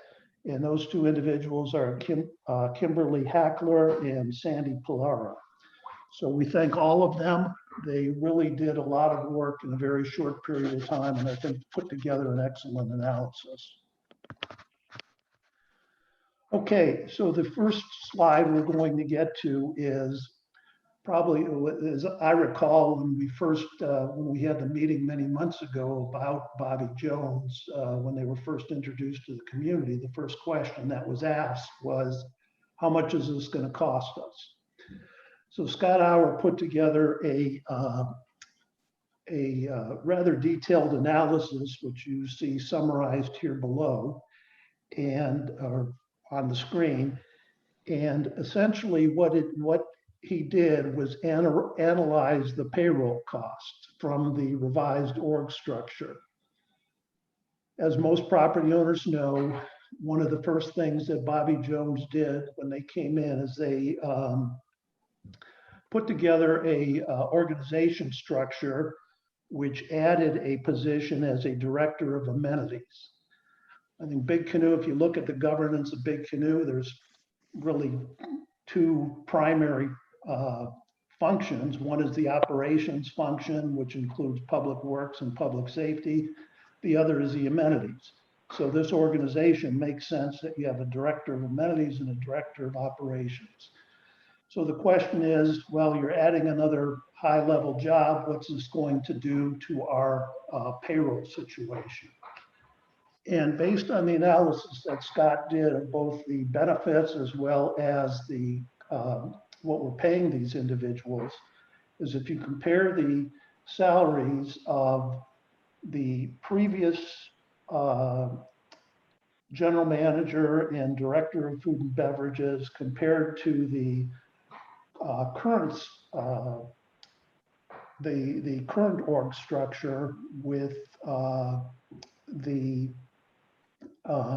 although we don't have a general manager on board now, what we anticipate we'll be paying that general manager plus this director of amenities, it actually is a savings of $91,000, which is certainly a welcome surprise, and it certainly is it seems to be a move that's justified financially, in addition to the benefits we'll have from what I think is really a more logical organization structure. One of the next areas that Scott looked at was the purchasing agreement savings. And basically what that is our benefits of now being a part of the Bobby Jones organization, that we have access to national buying agreements, which provides us better pricing on everything from the napkins we use at the clubhouse to the $70,000 or $80,000 machines that we use to maintain our golf course, the mowers and the like. So basically what Scott did is he went through a list of, excuse me, he worked with Jayne to come up with a kind of a categorization of expenses, worked with Bobby Jones and they provided him a range of savings that we could anticipate in these various spending categories. And when he went through that process based on our annual spend, he felt that we could save, or estimated that we could save $127,000. The Bobby Jones annual fee is $180,000. And then there is a possibility that they would earn $30,000 in an incentive. Now, the way that incentive, the language is currently worded that if they really knock it out of the park, they could earn more than that. But our financial benefit will be greater than theirs. So our savings will exceed their additional incentive. But right now, for the purposes of this analysis, we're showing that incentive as the $30,000. So the long story short, the overall cost is really a savings of $8,000. And given the nature of these estimates, you know, we're not that, Scott is a very talented individual, but he's not that good to be that precise in putting these things together. So $8,000 is basically a wash. So from that aspect of it, it would seem that there's no reason from a purely financial standpoint that we should not do this. Now, one of the things that it says at the bottom of the slide is we have not attempted to quantify some of the benefits that we can expect to see once Bobby Jones is fully engaged and they provide the professional management in both our amenities and our operating departments. And a very good example of that is the clubhouse. Now, you'll recall that in 2019, the clubhouse lost some $770,000. the 2020 budget projected that loss to, and this was before Bobby Jones was involved, before they arrived on the scene. We projected that we would reduce that loss to $500,000. If you'll recall Gautam's presentation from a few weeks back, they projected that we would, that they actually felt it was quite achievable to reduce that loss another $250,000 to approximately 250. It may have been $260,000. So that is the type of savings where it's definitely quantified, it's tangible, but at this point it's an expectation. It's not, it can't be specifically quantified, but we can see those kind of advantages accruing to us as we move forward with this. One other thing, as far as amenities concerned, Bobby Jones has been tasked to see what they can do to improve the financial performance of the golf amenity as well. And we look forward to seeing what that projection looks like.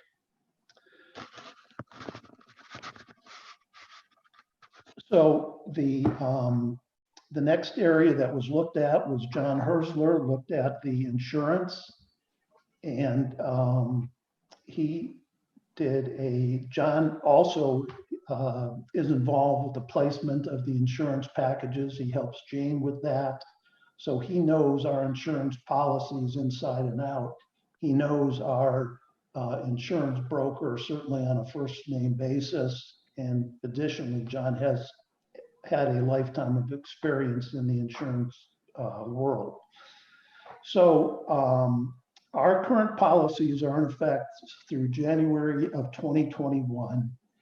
And John's assessment, after looking at the comparisons between our coverage and what we would have available through Bobby Jones, is he feels, and we agree with his professional opinion, that it makes sense to keep Bobby Jones's, or excuse me, to keep Big Canoe's insurance policies in place through their expiration date in next January. And part of that is the workman's comp that we have had. There's a couple of reasons that we've had our experience has not been great with workman's comps. We've had a lot of claims, and that would make it very expensive to go out and purchase or resource the insurance at this point.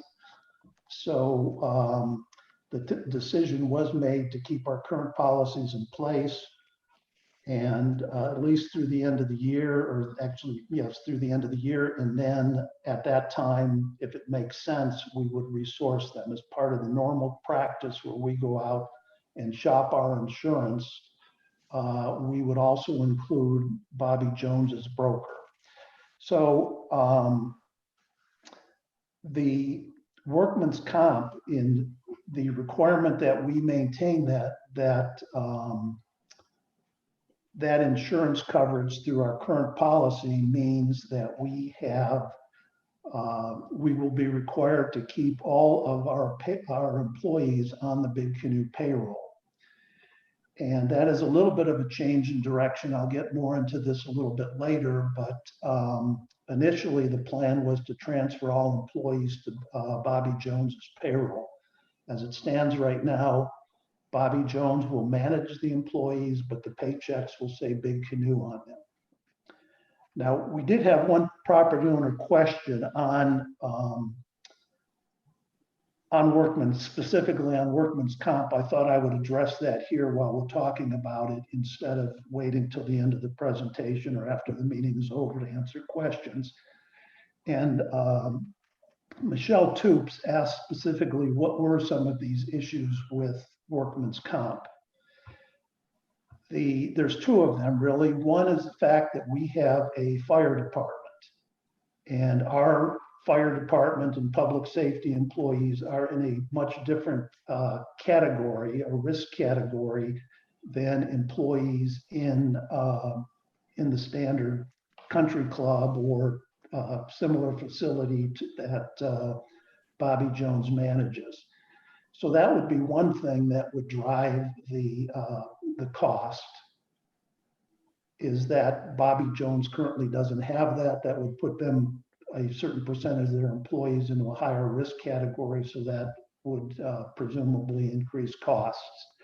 The other thing is our experience, and oddly enough, our experience has not been in, our bad experiences relative to workman's comp claims has not been in with our first responders, with our fire department. It's actually been with clubhouse employees. So that, I think, reflects on a couple of I guess what you'd call a culture of safety, which we'll talk about a little bit later when we get to the HR portion of this presentation. But that bad experience, the number of claims, would also make it very expensive to go resource these policies at this point. So hopefully that answers Michelle's question, but I think it was a good question and something all property owners are, I'm sure, would be interested in or curious about. Okay, so the next area we looked at was the employee benefits. So Richard Hudak was our benefits expert here. He did a detailed comparison between our Big Canoe employee benefit plans and similar plans offered by Bobby Jones. And basically what he found, the conclusion was very similar to what John came to as far as insurance is concerned.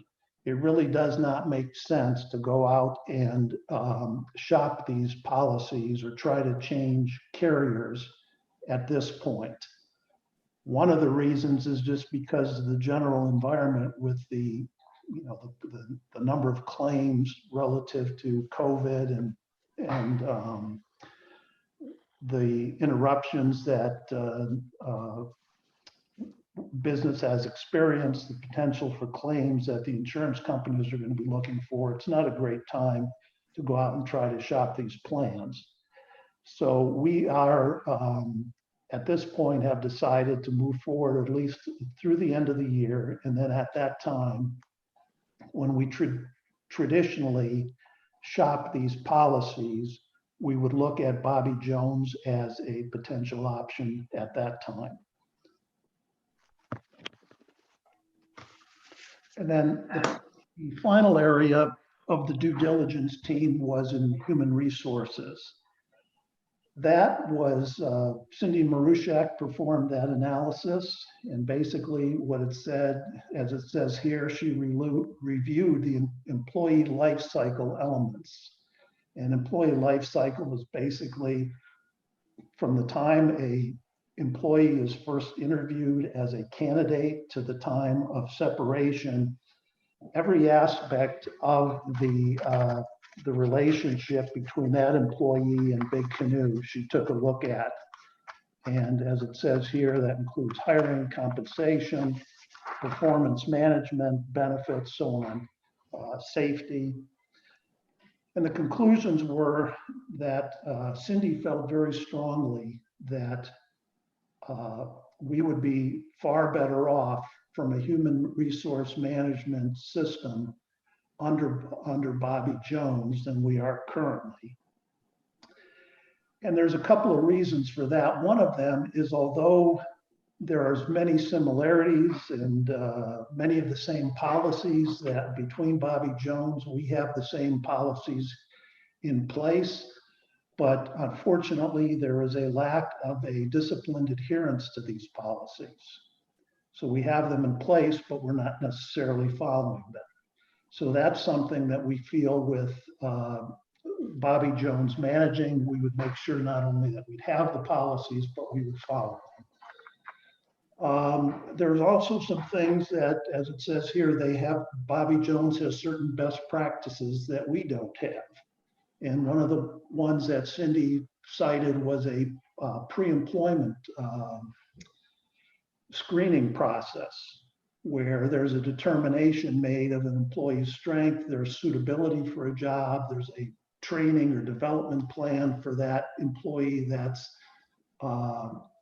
is put in place at the time that employee would be hired, which we feel would be much more advantageous, not only to Big Canoe, but to the employee as well.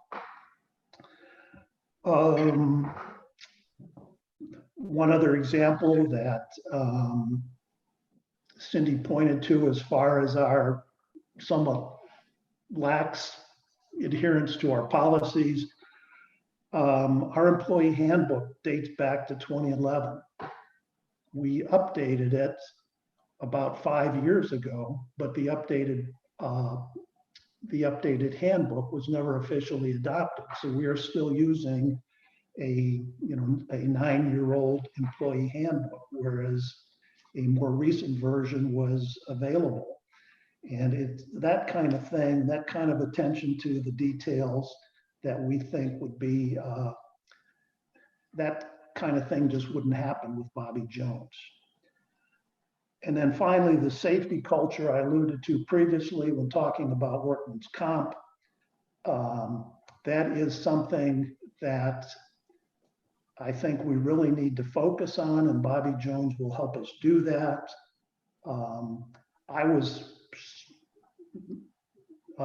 extremely surprised to learn that we had so many lost time incidents that it is affecting our cost of workman's comp.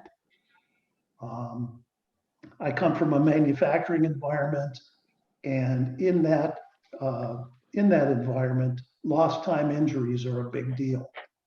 And I think if our experience is that bad, they need to be a big deal here, that when one occurs, the board really needs to know about it. And by focusing on safety, we can cut down the number of, I believe very strongly that we can cut down the number of lost time injuries, which is certainly a benefit to our employees. After all, they're the ones that are suffering the injury, and as well as to us, with not only the cost of the employee being unable to work for several weeks or months, but also with things like workman's comp claims. So Cindy's summary conclusion was that both the employees and the POA would benefit from adopting Bobby Jones's human resource management system. So that's the end of the slides. I do want to talk, and I apologize for going on this, but this is pretty important. As far as the contract is concerned, there's just some kind of highlights that I would like to speak to quickly. One, the contract is for 3 years. It's from the date of the initial agreement, which was back in February. That's the agreement or the interim agreement we're currently operating under. And it would expire in February of 2023. So if you look at it, it's not really a 3-year agreement. It's about a 2-year and 9-month or 10-month agreement. We have the right to terminate this agreement at any time after the first year for what we used to call termination for convenience. There's termination for cause, which we would have, which would be a breach of the contract. But we also have termination just at our convenience, that we feel that we're better off going back to doing things on our own. So we do have that flexibility after year 1. Budget and annual plan, no change there. We'll do it exactly the same way that we have been doing it. Bobby Jones may be able to make our process more efficient, and they will certainly have input. But the budget is going to be prepared by Jayne Hagan. It's going to be reviewed by the Finance Committee, and it's going to be approved by the board in accordance with our bylaws. And speaking of the bylaws, that is one of the things that Bobby Jones will in the contract, they'll be contractually required to comply with our covenants, our bylaws, our rules and regulations, our policies, so on and so forth. So that is not going to change at all. As I talked about previously, for at least through the end of this year, all employees will remain on Big Canoe payroll, but they will be managed by Bobby Jones. At the end of this year, if there's a compelling financial advantage for us to move from our payroll to have Bobby Jones process the payroll and have the employees actually be employees of Bobby Jones, we would do that. But again,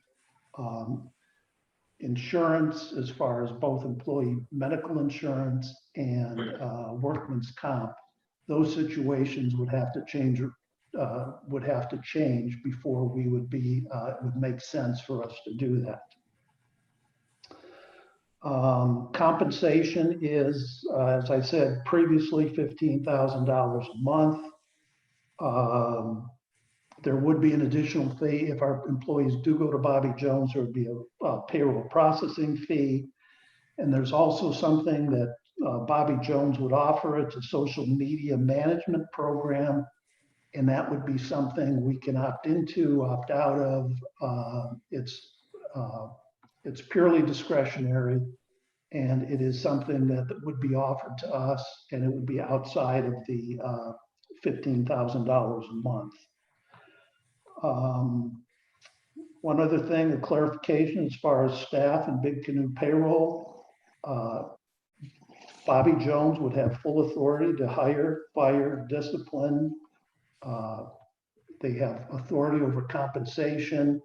Anything that touches the employees, it's going to be Bobby Jones's responsibility. We will, as I said, they'll be on our payroll, but Bobby Jones will manage those employees. The only individual is that will report to the POA will be the general manager, and that which is required by our governing documents. So that will not change. This general manager will also have a dotted line reporting relationship to Bobby Jones.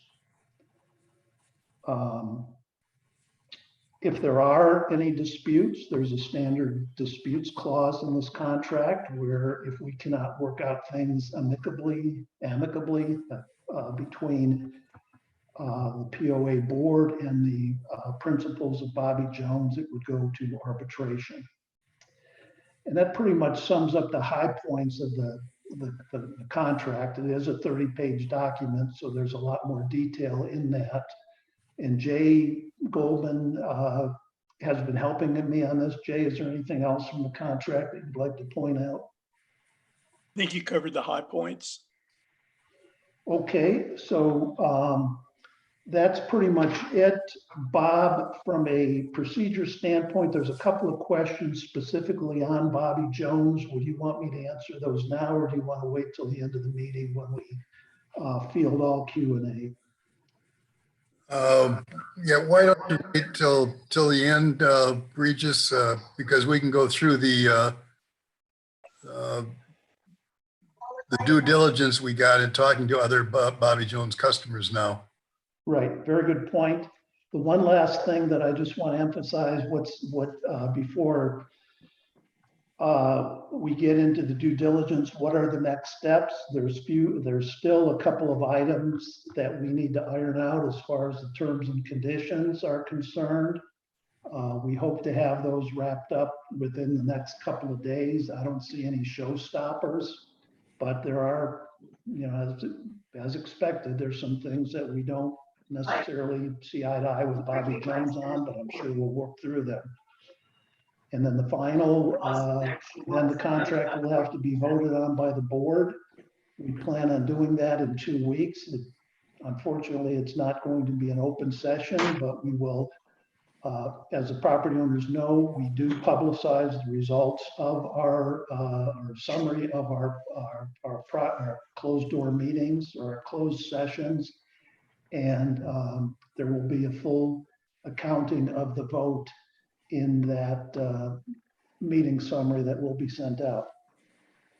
So the next step is, as part of the due diligence, the board had part of this. We were all, Bobby Jones currently has 21 other clients. There are 7 board members. So we assigned each board member to contact one of these clients that we felt was closest to Big Canoe.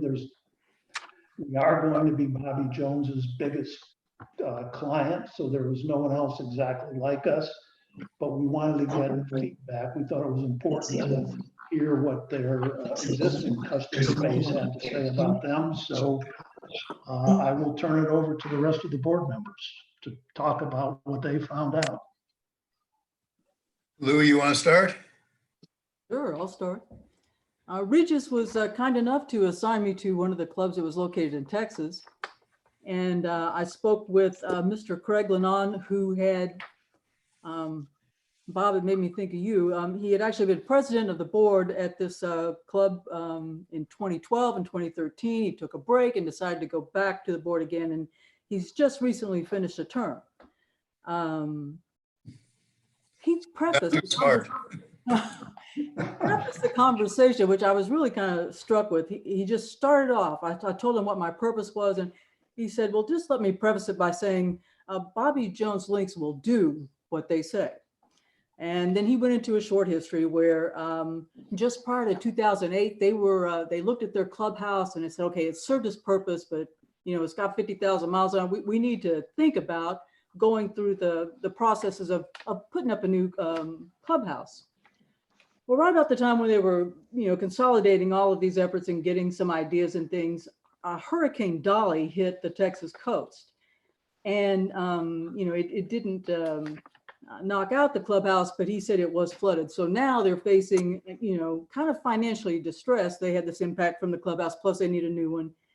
Long story short, they completed the clubhouse, and now they said they recognized that they were millions of dollars in debt. They found out, they hired a consultant who said, well, your food services and things, you're just going to lose money. That's just the nature of the beast. And then they came across Bobby Jones Links, and it came in the midterm of a fiscal year. So they gave them a little bit of time, as we're doing, to kind of get, familiar with operations. And then they went in where they were really closely gauging their performance. He went into a lot of talk. I don't want to make it too long since our meeting is so long, but one thing that he said was in the first year of full operations, not only did the clubhouse not lose money, they made money. They said that their marketing strategies that were provided by Bobby Jones Links resulted in almost a 25% jump in their membership levels in different areas of the country club. They modified, they saved them money on equipment acquisitions, and as I think Gautam's working on, also modifying manpower and operating efficiencies. So I had some totals on this, but long story short, they met objectives. The clubhouse is no longer in any type of deficient status. They were able to pay the fees and welcomely paid the fees for Bobby Jones. And this gentleman told me that if a challenge were to approach that clubhouse and they had to consider something, he said he'd hire him back in a minute. I did have a short chat with the general manager who's there, and he was a former employee of Bobby Jones Links. And he just, he reinforced exactly what this prior gentleman, the prior president of the board said. He also stated that supply acquisitions, they helped him a whole lot with savings on supply acquisitions. And in their particular situation, they helped tune up their golf management staff, and that made it more efficient. They, saved more money there. And again, they just gave him 2 thumbs up. Okay, thanks. Bob, Yeah. I'll need to step away for a couple of minutes so I can talk about the club I spoke to. Is that okay? Go ahead, Jay. I spoke to the general manager at Smoke Rise Country Club in Stone Mountain, where Robert Sabat came from. They were highly complimentary of Bobby Jones. They talked about the same people that we've been dealing with, spoke very highly of them, spoke very highly of staff at BJL that are planned to work with us down the road. Found them all to be very responsive, helpful. They were especially complimentary about Gautam and his work at their clubhouse, as well as the work that was done in helping them improve the financial performance of their golf club. It was just completely positive. It was they wouldn't hesitate to, if they had to go through the process again, they would be hard pressed to find someone other than Bobby Jones to work with. Okay, thanks, Jay. Candy, do you want to go? You ready to go? She needs Right. to. I spoke with the Georgia Club, which is located just outside Athens in Stratham, Georgia. And in 2016, the Georgia Club, the amenities were purchased by Pan Pacific Fairway out of Singapore. And so I spoke with the CEO of the entity that was formed by Pan Pacific for the club, and her name was Jing Feng, and she had been at the club since the beginning of 2017. When she came into the position, it was semi-private. It's now private. Their membership has grown from around 550 to 750, and the club manager, of course, is the Bobby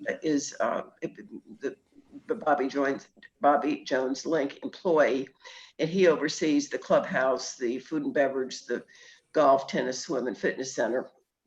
She said that the manager has made budget each year for the last 3 years, and while they establish the operating and CapEx budget each year, she reviews and makes any necessary changes. And she seemed to be very happy with the arrangement with Bobby Jones Links.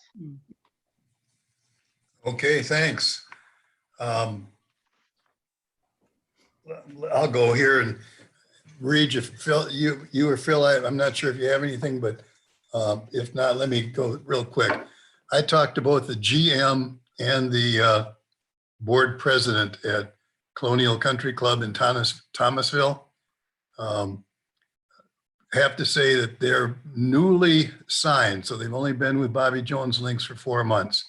Their experience has been outstanding. Even though they've only been involved with them for 4 months, the board president, I asked for the term, and he said it was a 3-year term, but he said it was up to me, I'd extend it right now. They're very happy with what's going on. Their club is a private club. Their challenge, they had 600 members in the glory days, and then Thomasville Furniture moved out. And so they were down to 280 some, 275 members. And the challenge was to grow the membership and improve their finances. They went from a negative finance in November to a positive in February for the first time. I've got some real interesting metrics about their food and beverage, their profit, the number of rounds of golf. I'll go through that with you. I'll send that to you so we don't have to go through it right now. But they said, when I asked the general manager, and he's interesting because he is a Bobby Jones Links employee, but he was the assistant golf pro there. So they took the assistant golf pro, put him into the GM slot and mentored him. And he was thrilled with the support that he'd been getting. I asked him, what was the most difficult thing of Bobby Jones? What didn't you like? He said the only problem they had was the transition, the buy-in. They had many employees that were 10 to 15 years, and they were used to the colonial way of doing it, and they weren't used to the structured way. Took that was their biggest challenge. It took them about a month and a half to get through that hurdle, and they appreciated what they were getting from Bobby Jones. They appreciated the members were also quickly seeing benefits. The board president, one of his comments was, last year, everybody ran around with all members ran around with a long face. They were unhappy. Finances were bad. Everybody was grumpy. The world was coming to an end. And this year they're all smiling, happy, having a good time. So that's it. But I'll send you the metrics so you can see some very interesting kinds of things there. Phil, read Yeah, Bob, I'll report on the Cleveland Country Club in Shelby, North Carolina that Reed asked me to call. And I spoke with Allison Darling, who is a general manager. She's been there 3.5 years. She actually is an employee of Bobby Jones Links, and she reports to Gautam, and she loves her boss. She also has worked closely with Robert Sabat and complimented us on the hiring of Robert, and what an excellent employee decision we made there. It's a 100-year-old club. Only a few years ago, they were in foreclosure with their bank. Their bank had to write off $500,000 in loans to keep the club open. So they brought in a new equity group, a new board, of which David Teddy is the president, some deep-pocketed individuals. And in the 3.5 years, they've done $1 million worth of improvements. They're just now doing an expansion for $500,000 in their clubhouse. And they've been with Bobby Jones Links now for about 3 years. They also interviewed 3 other companies and just feel great about their decision. And the biggest compliment they gave is the sharing of resources and the working together and the team building that Bobby Jones Links and their training that they've done, particularly with marketing and all of the selling of their services. Very pleased. Thanks, Phil. Reed, you have anything? Yeah, I'll just be very brief. The gentleman I talked to was a guy by the name of Paul Bidell, and he is a partner or employee of a development company that operates the amenities at the Osprey Club in St. Mary's, Georgia. So Bobby Jones manages the amenities for them. The rest of it is a housing development, a community, smaller than Big Canoe, but similar. Bobby Jones does not have anything to do with the management of that side of the house. But as far as Paul was concerned,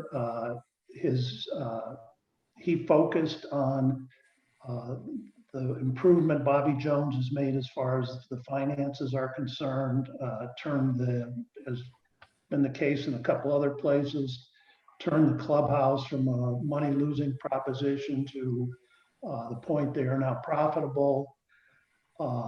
He said they get down in the weeds, they really focus on spend. And I asked, and from a developer standpoint, they own the amenities. Well, that's fine, but what about the property owners? I asked him what he feels the property owner satisfaction is as far as that part of the Bobby Jones management experience has been. And he said it's been very positive, that the property owners like the changes they've seen. He's encouraging them to get more involved, the homeowners association there to get more involved with the management of the amenities, to have more input, but it was all highly complimentary. Okay, does anybody have any questions of Reed and his presentation? Okay, let's go. We have 2 more things on the agenda. We have Candy with the capital contribution fee. A couple of quick comments on that.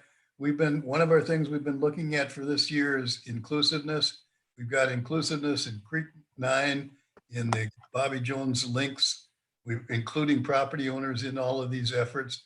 The Bobby Jones Links agreement, as Regis just went through, the GM Select Committee, and now the Capital Contribution Fee Committee. So Candy, it's all yours. Okay, but the board approved the formation of the capital contribution fee committee a couple of weeks ago. And we set it up for 7 members, consisting of someone from finance, audit, the long range planning committee, and then myself from the board. So we were seeking 3 other members. We've had 2 volunteers come forth. And so we may only need 1 more volunteer to fill the 7th slot. Our charge is to really look at the funding for capital projects to maintain Big Canoe's amenities and facilities. And as you all know, we're approaching 50 years, and we do have some deferred maintenance and needed improvements in other areas. So we'll be looking at those, starting with the long range planning committee's findings and contributions, along with the long range planning committee's work last year. So we'll be looking at routine capital requirements, maintenance of existing amenities and facilities, and enhancements to the properties, and then additional wants and needs. And then we'll be leveraging what work the finance committee did last year as well, in terms of looking at revenues needed to fund those projects that we'll put forth for approval, but looking at 5 to 10 years. And then with the revenues, we're going to look at various funding sources, and the capital contribution fee is based on when a home is purchased, that new homeowner pays a fee. So we'll be looking at the amount, the type, and so forth. And then lastly, we'll be focused on presenting this material to the property owners over the course of multiple community gatherings, so they can ask questions and hopefully be informed really and understanding what this capital improvement plan is required to maintain our physical plant, so to speak.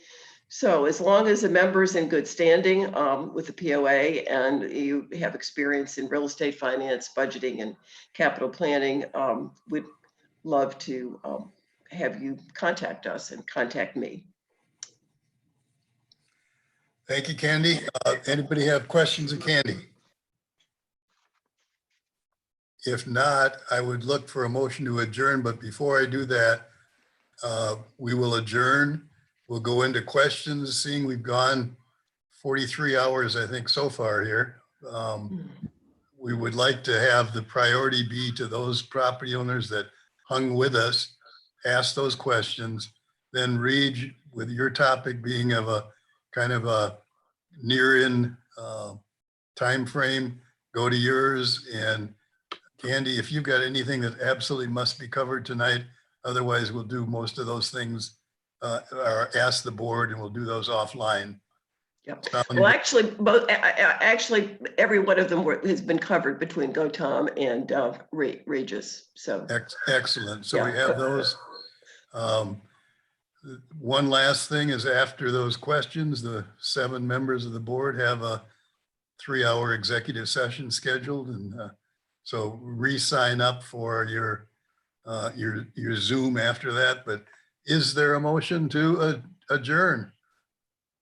I make a motion, we adjourn. I'll second it. Thank you. All in favor, say aye. Aye. Aye. Okay, let's get off. And now we're in the question and answers. Tim, have you got something for us? We have a couple of questions from Rob Zuba. We have 2 questions.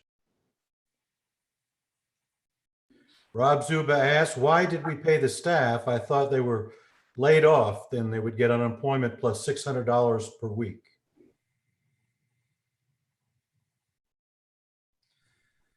You got that, Gautam? Yeah, I mean, can you show the question one more time just so I could see it? I saw it said, why did we pay the staff?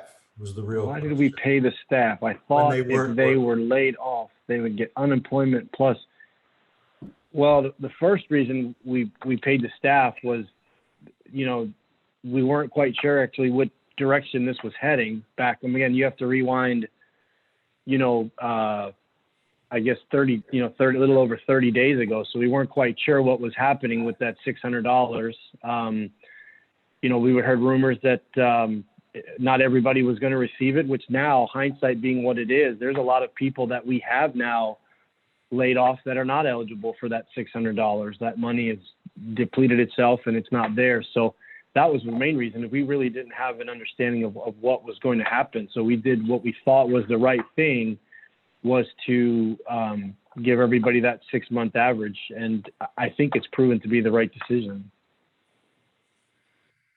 Okay, thanks. Go, Tom. Tim, what else you have? All right, and Rob's second question, what are we going to do in order to get enough votes for the Creek 9 renovation? Our amendments failed last month because of failure to reach quorum, even though it was passed by a 6-1 margin. Reed, do you want to take a shot at that one? Well, I'll do my best. I mean, we are, I think there's really two parts of Mr. Zuba's question. One is the fact that our covenants are really what prevented us from passing the two amendments. The fact that you needed this overwhelming majority. What is it, 66%? Was that it, Bob? To get the amendments, the covenants? Yeah, 2/3, Regis. 2/3, so that's the 66%. My understanding is that the Creek 9 is a simple majority, 50% plus 1. And we think that we have formed a committee. We've been kind of acting behind the scenes because this is certainly not the time to go and talk to property owners about renovating our golf course when there's so much financial uncertainty, not only within Big Canoe, but in the economy, the world economy in general. But we are putting together a plan to provide the property owners with the information that we think will be necessary for them to make an informed decision on why the renovation, renewal, rejuvenation, whatever you want to call it, of the Creek 9 golf course makes sense, not only for the golfing community or the members or the property owners in our community that are golfers and belong to the golf amenities, but for all property owners. We are going to emphasize information. Yes, there may be a few pictures of our beautiful golf course and some of the not so beautiful 12-foot sinkhole in the Creek, or excuse me, Cherokee 5 fairway that was caused by a pipe failure.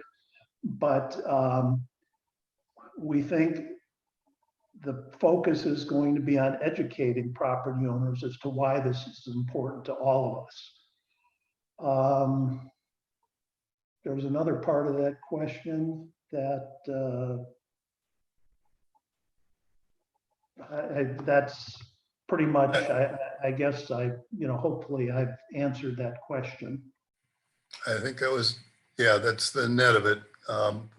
Tim, what else do you have? We've answered all the questions from the audience. Thank you so much. Okay, Reed, I'll turn it over to you, and you've got some timely questions on the Bobby Jones links. Yeah, I do. Michelle Toops, I answered a question Michelle had about workman's comp. She asked if employees, is really kind of a two-part question. If employees remain with Big Canoe, will Bobby Jones have hiring and firing authority? And then kind of the second part of that question is without interference from the board.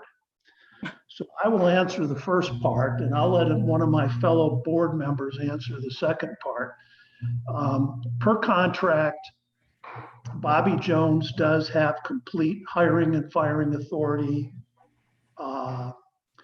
for all employees, although any action relative to hiring and firing or any kind of disciplinary action must be approved by the board.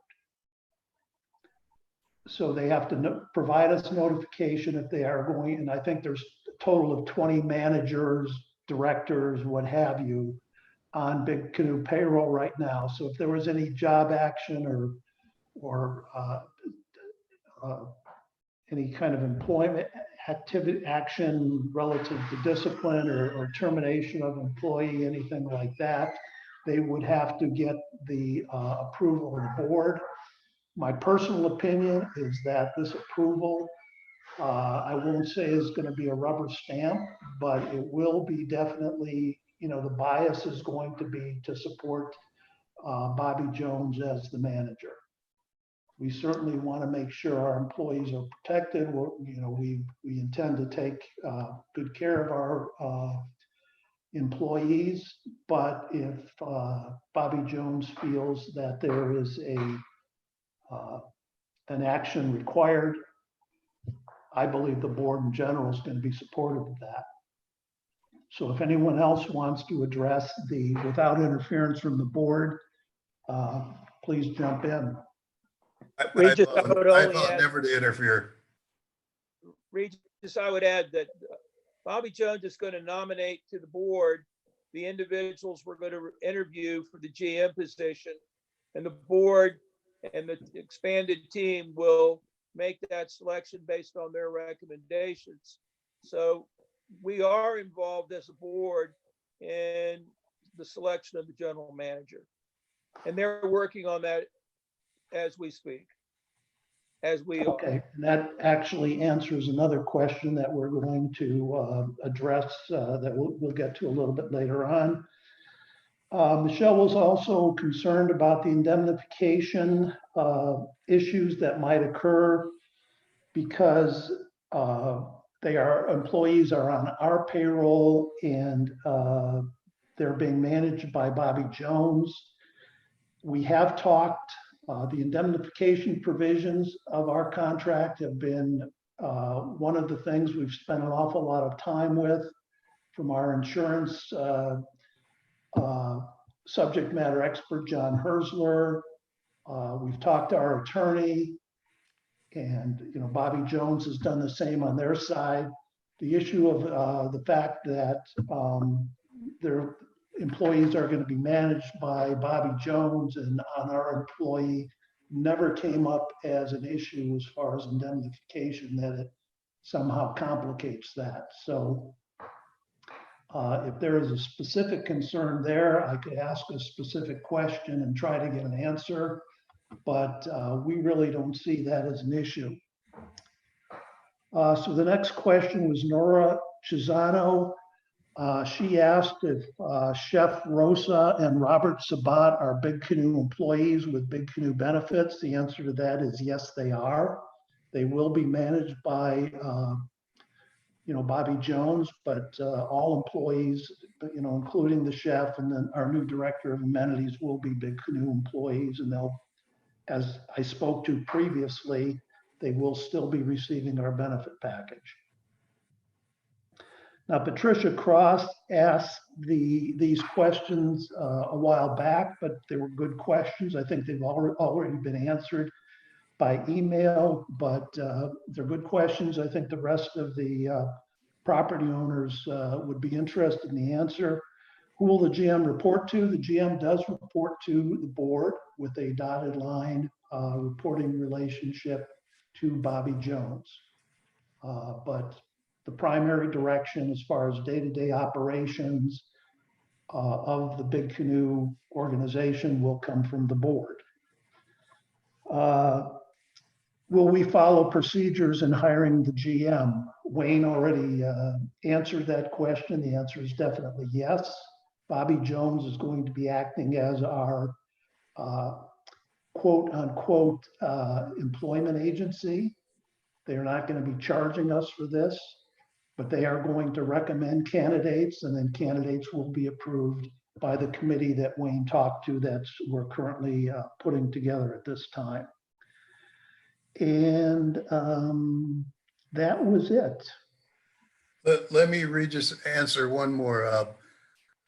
Patricia, thank you for sending those questions to us. I know you sent them to me personally. a while back, and we answered all of them, except there was one open switch that you were gonna, I suggested that you communicate with somebody with even more ancient history than I had. And I understand you declined not to do that, and I understand the reasons why, but I've got an answer for you now. And thank you for all your thorough research. But the answer to the question was, what happened to the relationship with Affinity back in 2005? I talked to somebody who was on the board in 2005 that had knowledge of that and said they were struggling with, guess what? Food and beverage performance. So they reached out to Affinity. Affinity said they had the expertise to manage food and beverage. And they had a very, very experienced individual whose last name was Houck, Houck, who has 2 restaurants in Atlanta. And I looked it up and I saw, yo, and behold, he does. And they were all set to have him go. And for some reason, he either got sick or left, and so they lost, at that time, a huge chunk of their food and beverage experience. The agreement then morphed from into a little bit of an agreement where they helped in golf. He was complimentary on that, but the main reason was food and beverage. And he said the reason that they parted ways, in his quote, was, "We weren't ready and they weren't ready." So is that it already? Yeah, the one other thing I'd like to emphasize to property owners, we said at the outset that we want to make this process as transparent as possible. We've tried to do that by providing the perhaps too detailed report out that I gave today as well as last Thursday.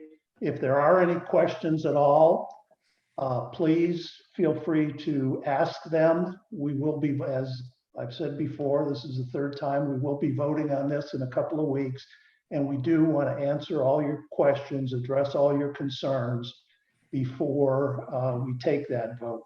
So please, if there are questions, ask the POA is the way to go. Okay, my thanks to everyone. Let's all sign off and the board reconvene on the link that Tim provided on the 21st. Good luck. See you in a minute.